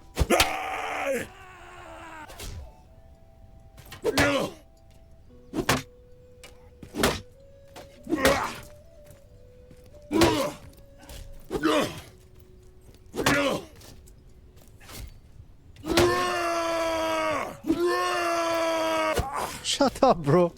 Don't yell. It's just training. Shut the fuck up. Okay, this needs a lot of experience to do correctly with the directional combat. I can't even attack from the direction I want to.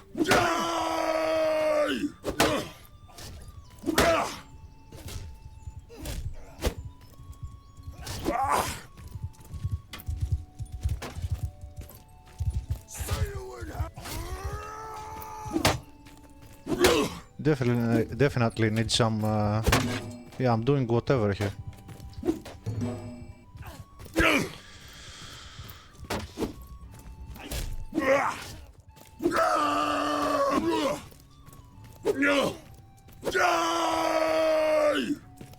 For example, now I wanted to do a hit from below, and I'm doing an upper swing.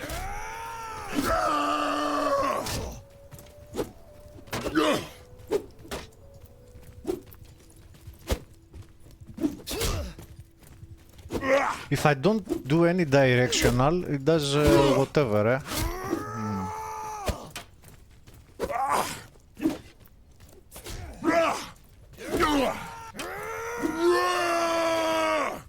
Alright, choose another weapon. Okay, advanced melee training, spear and shield training. Spear? Where is the spear?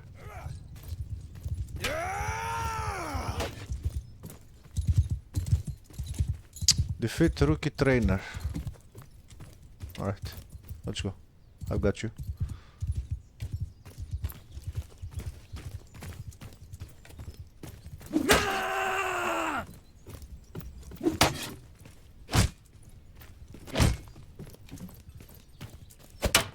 Dude, you wanna kiss me or what?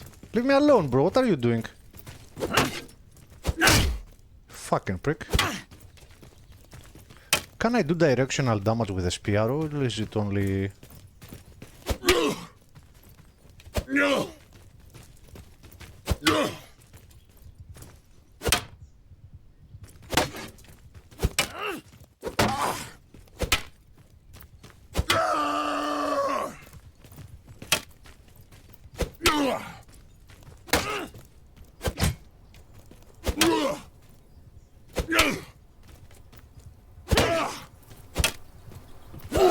Oh, fuck off, man.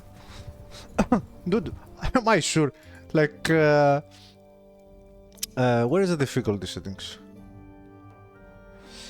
By look direction. What other options do I have for control attack direction? By movement, inverse mouse look. No. What are the difficulty options? Am I I need to be positive that I have that I have set the difficulty of the game in in the medium difficulty, because he's fucking blocking too much, bro. Should I faint?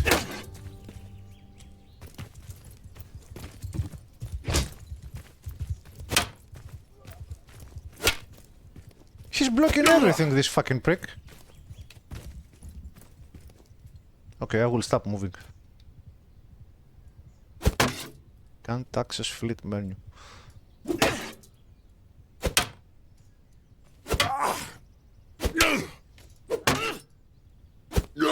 Oh.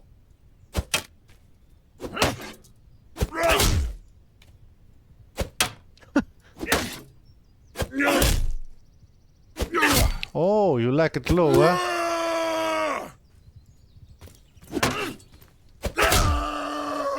I'm gonna beat you. I'm gonna beat you, you fucking bitch. Oh, there you go. I forgot I can kick. I can fucking kick. Come at me, bro.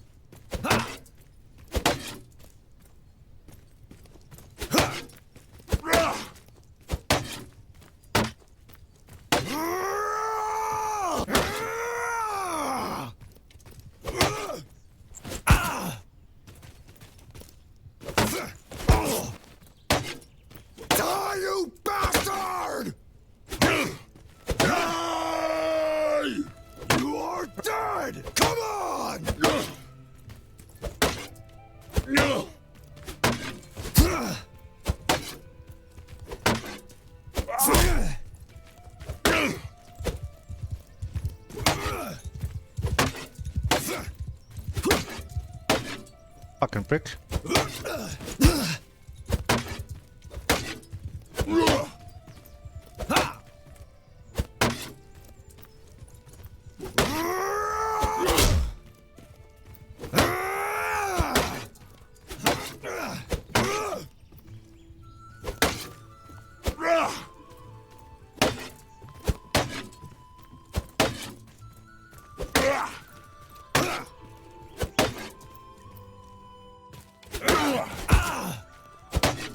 Dude, he's blocking everything.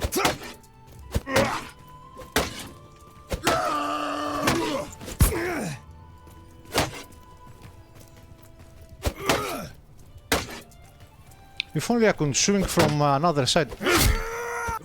Fuck off, man.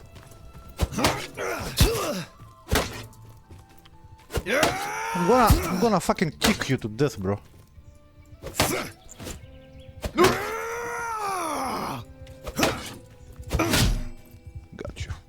Got you, bitch. Liked it. Shoulders. Okay, yeah. Let's do. The spear was pretty tough. Okay, let's do the 200.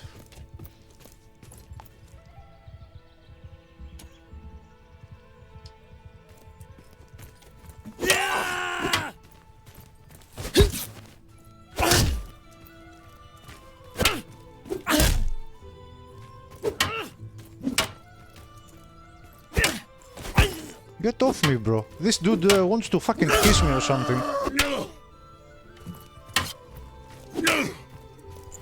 No! Dude, get off me, man.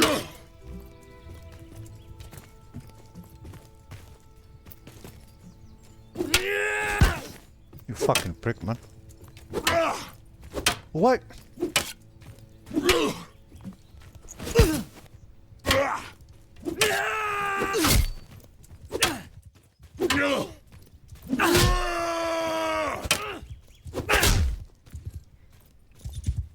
Alright.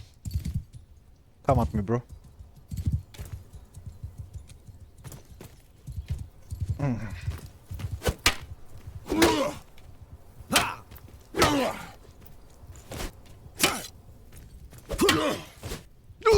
No!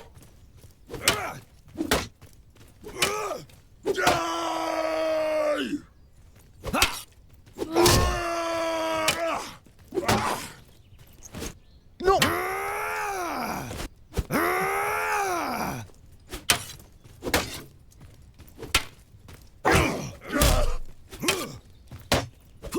Fucking hell!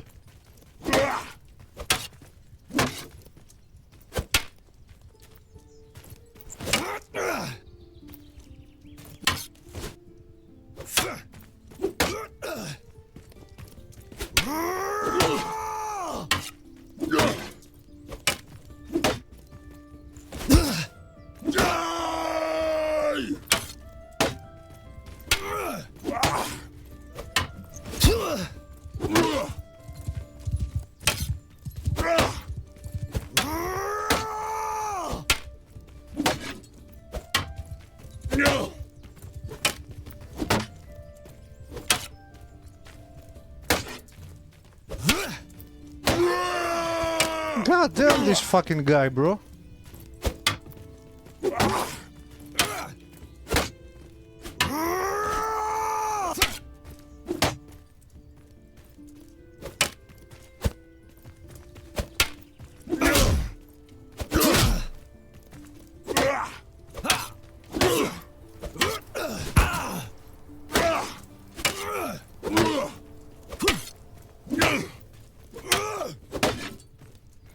This fucking prick, man.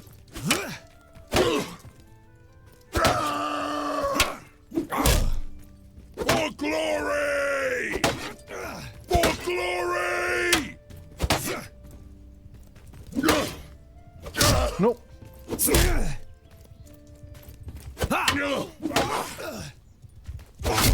Take that, you fucking bitch.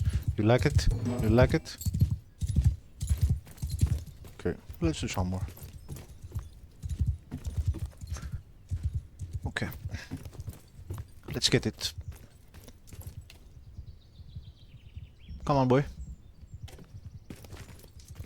Dude, get off me, bro.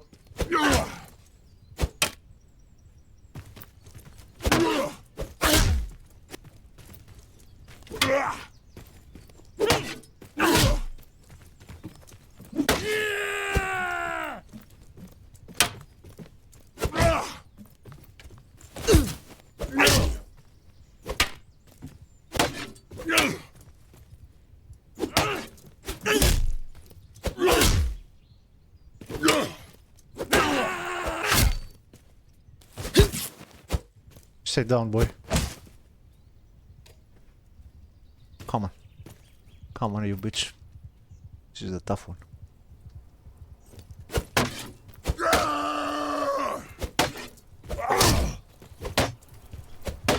To hell with you! Nope. I'll tear your limbs!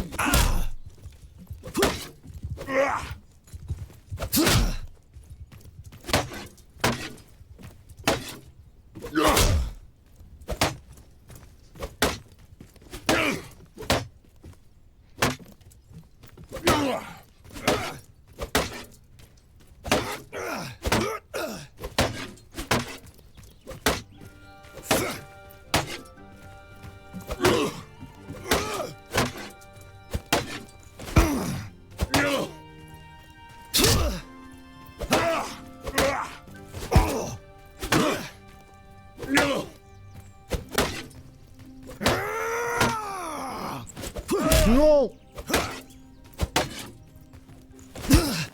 Die!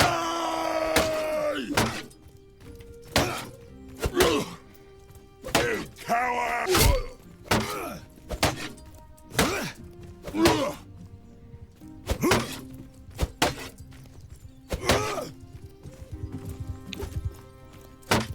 Why you push me, bro? I can push you too, you fucking prick.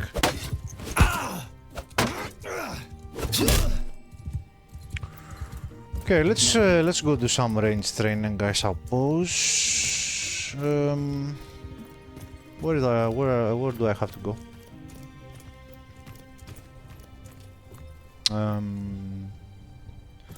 Crossbow training. Where are the targets?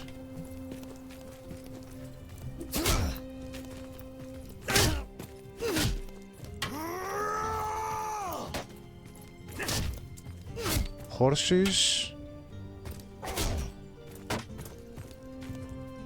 Oh, there it is.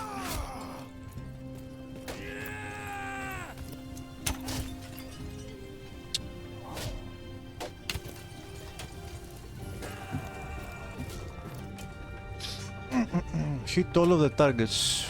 Let's see.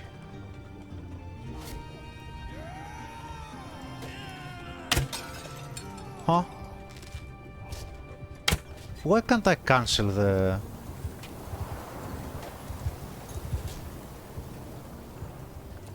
Oh.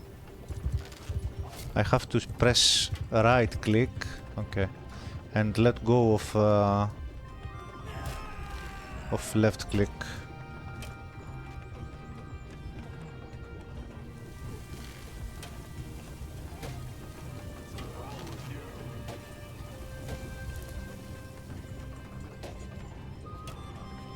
Okay. Oh, okay.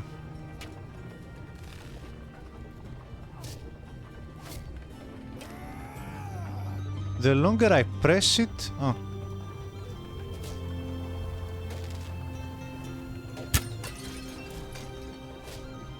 Is there a stamina or something?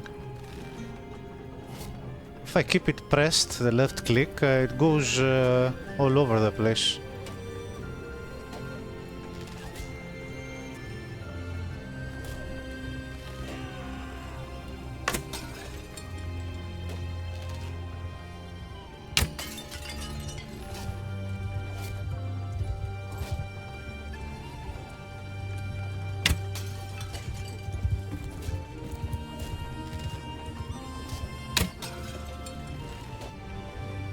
Seems kinda easy.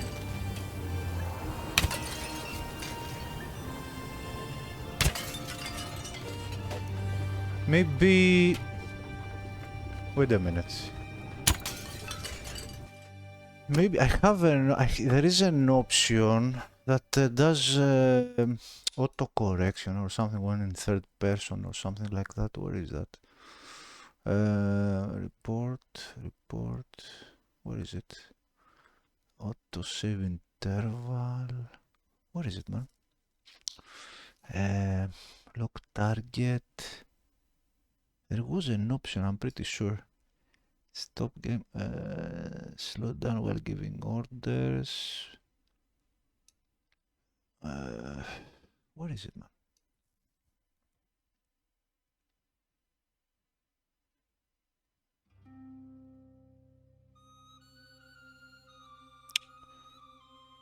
The fuck is it?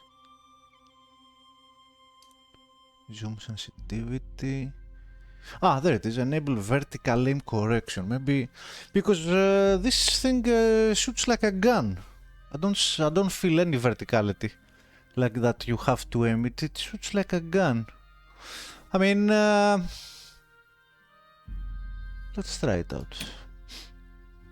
Set how much the sensitivity changes when the camera is zoomed in. Okay. Can I do it again? Come on, reset it.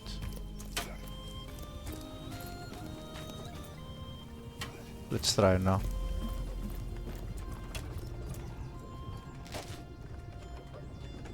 Die, you bastard! Ah, there it is. Now it doesn't autocorrect. Ah.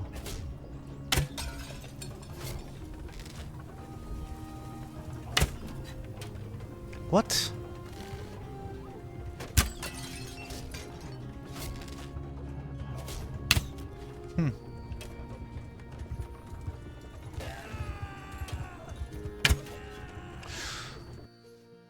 Although, maybe, though I don't think it does what I think it does. Enable vertical aim correction in third person mode.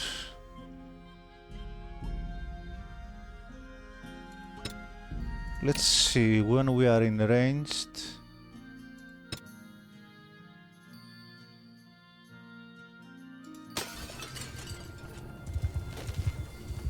Why am I not in third person, in first person now?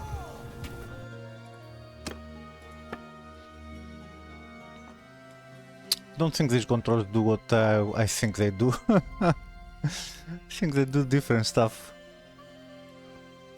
Turn camera with horse. Ah, this is a different thing.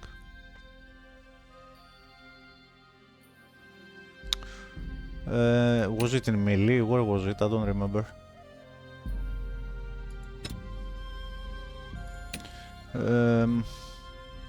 First person field of view. How can I switch third person camera distance? Enable vertical aim correction. Where is the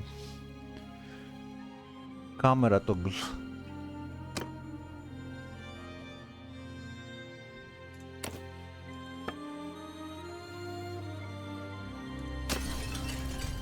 Oh, there it is. Yeah, I don't see any difference though.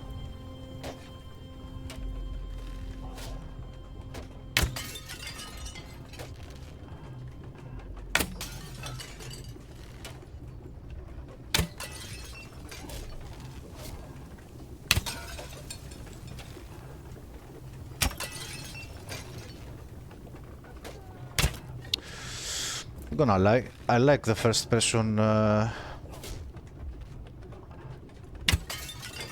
for range combat.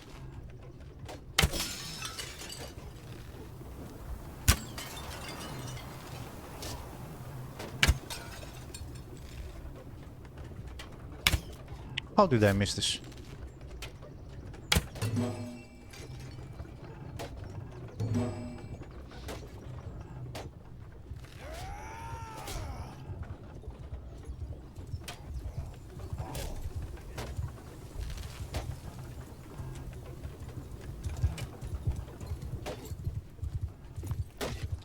Choose another weapon or go to another training area.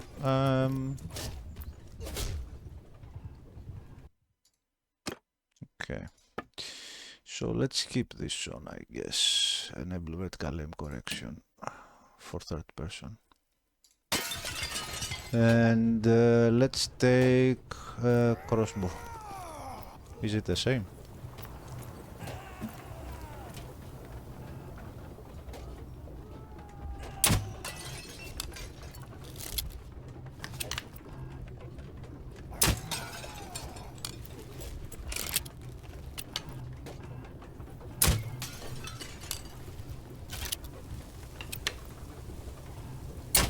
Oh, really?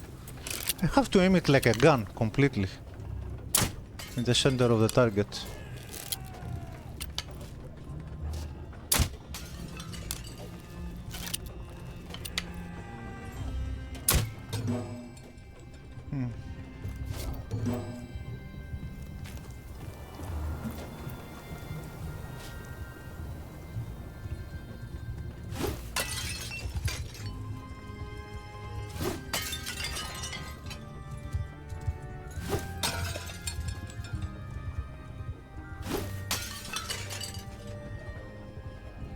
Should I play in first person?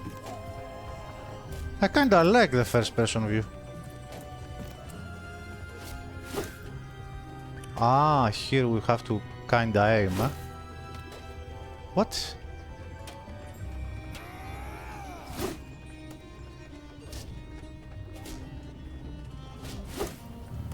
What?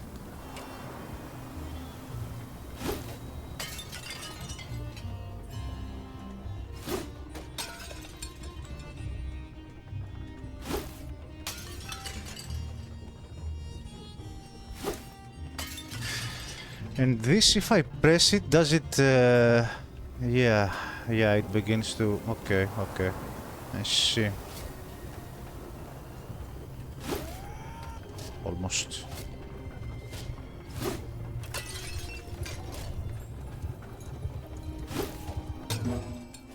Alright. Javelins are the hardest.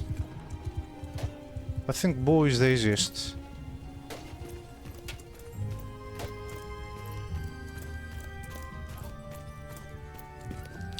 Yeah, the head bobbing is a bit... It's kinda nice.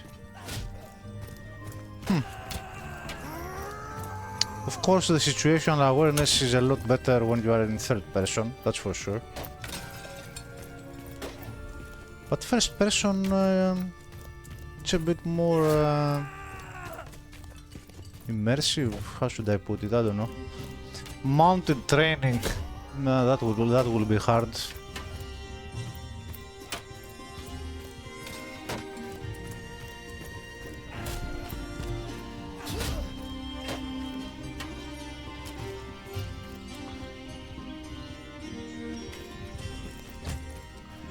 Finish the track and hit targets as many as you can.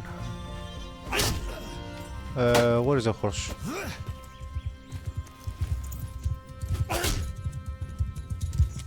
Is this the right way?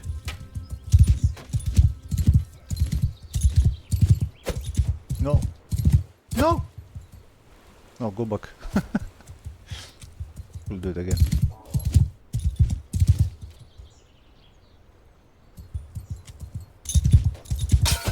Oh my god, I'm terrible. Oh, this is fucking hard, man.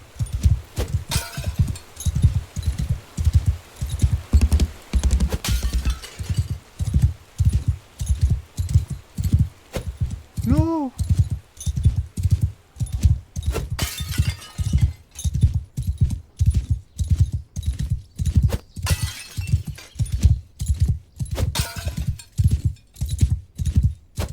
No! Dude, this is kinda hard.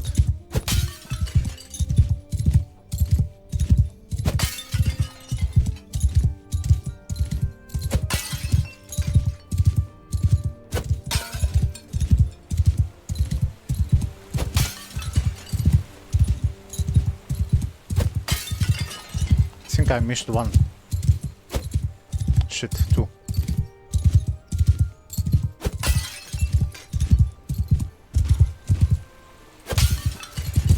What?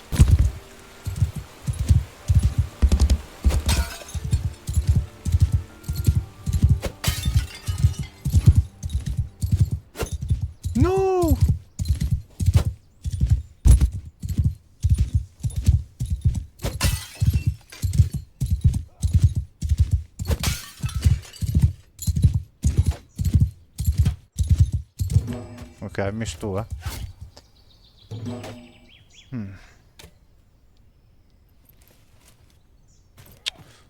Pretty sure the shot will be harder to do.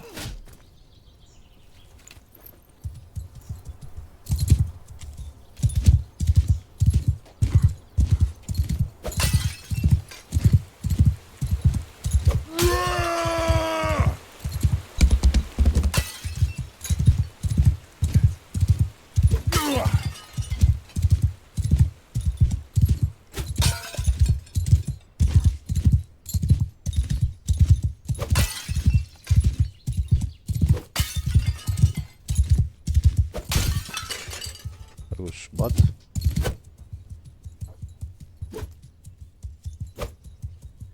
not gonna lie, I would prefer it if it was automatic.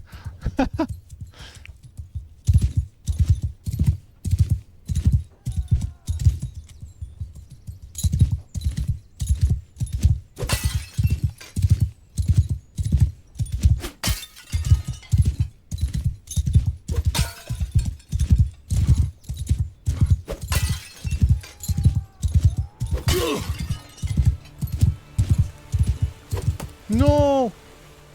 Damn it. No, I'm too far. Die, No! dog! Fuck that.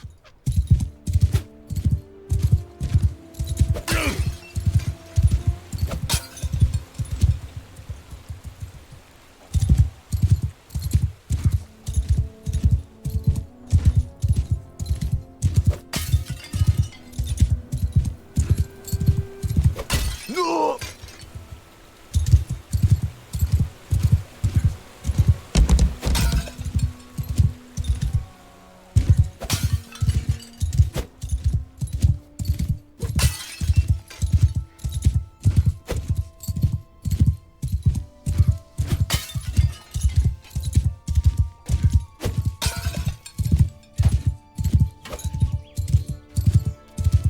All right. I think the hardest one will be this one, but let's see.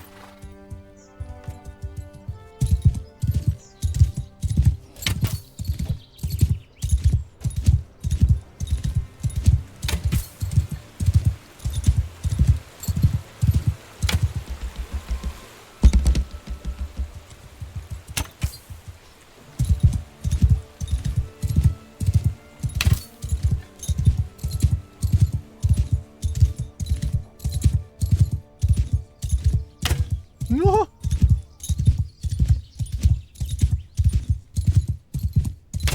What the fuck? Oh my god, I'm so bad. This is the hardest one. Maybe I'm going too fast. Oh my god, I'm so bad.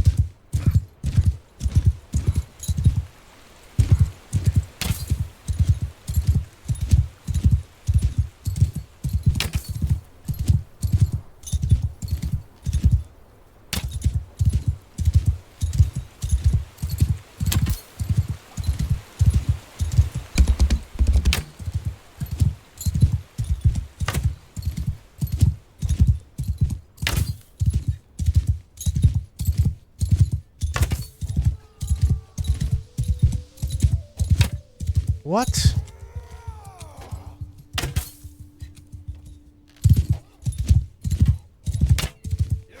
How did I miss that, bro? Oh my god. Oh, that was so bad. Let's do another one.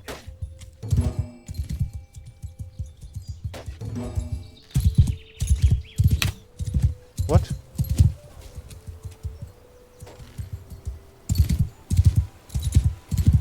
What the fuck, man? How is that possible? What the fuck? Yeah, this is the hardest one, man.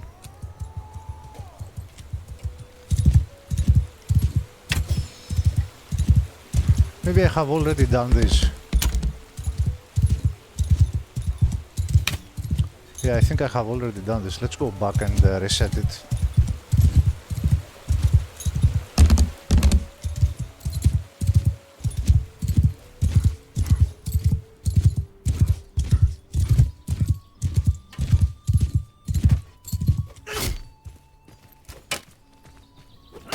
Okay, let's do it again.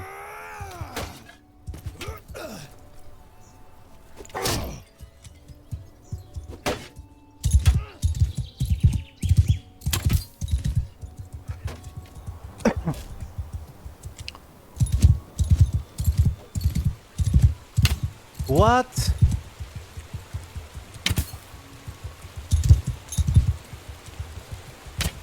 What the fuck? Should I always aim for the center? The fuck?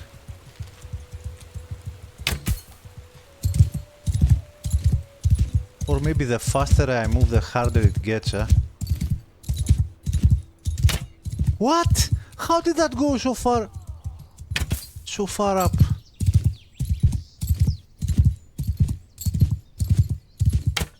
What?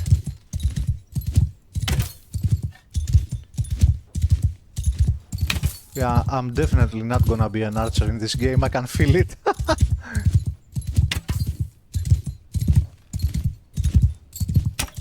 Maybe if something is straight ahead, maybe.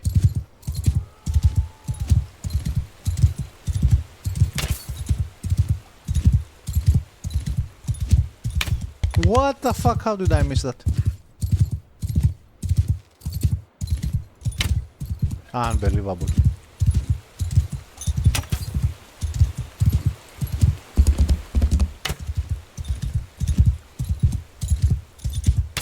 What the? Dude, no way, man.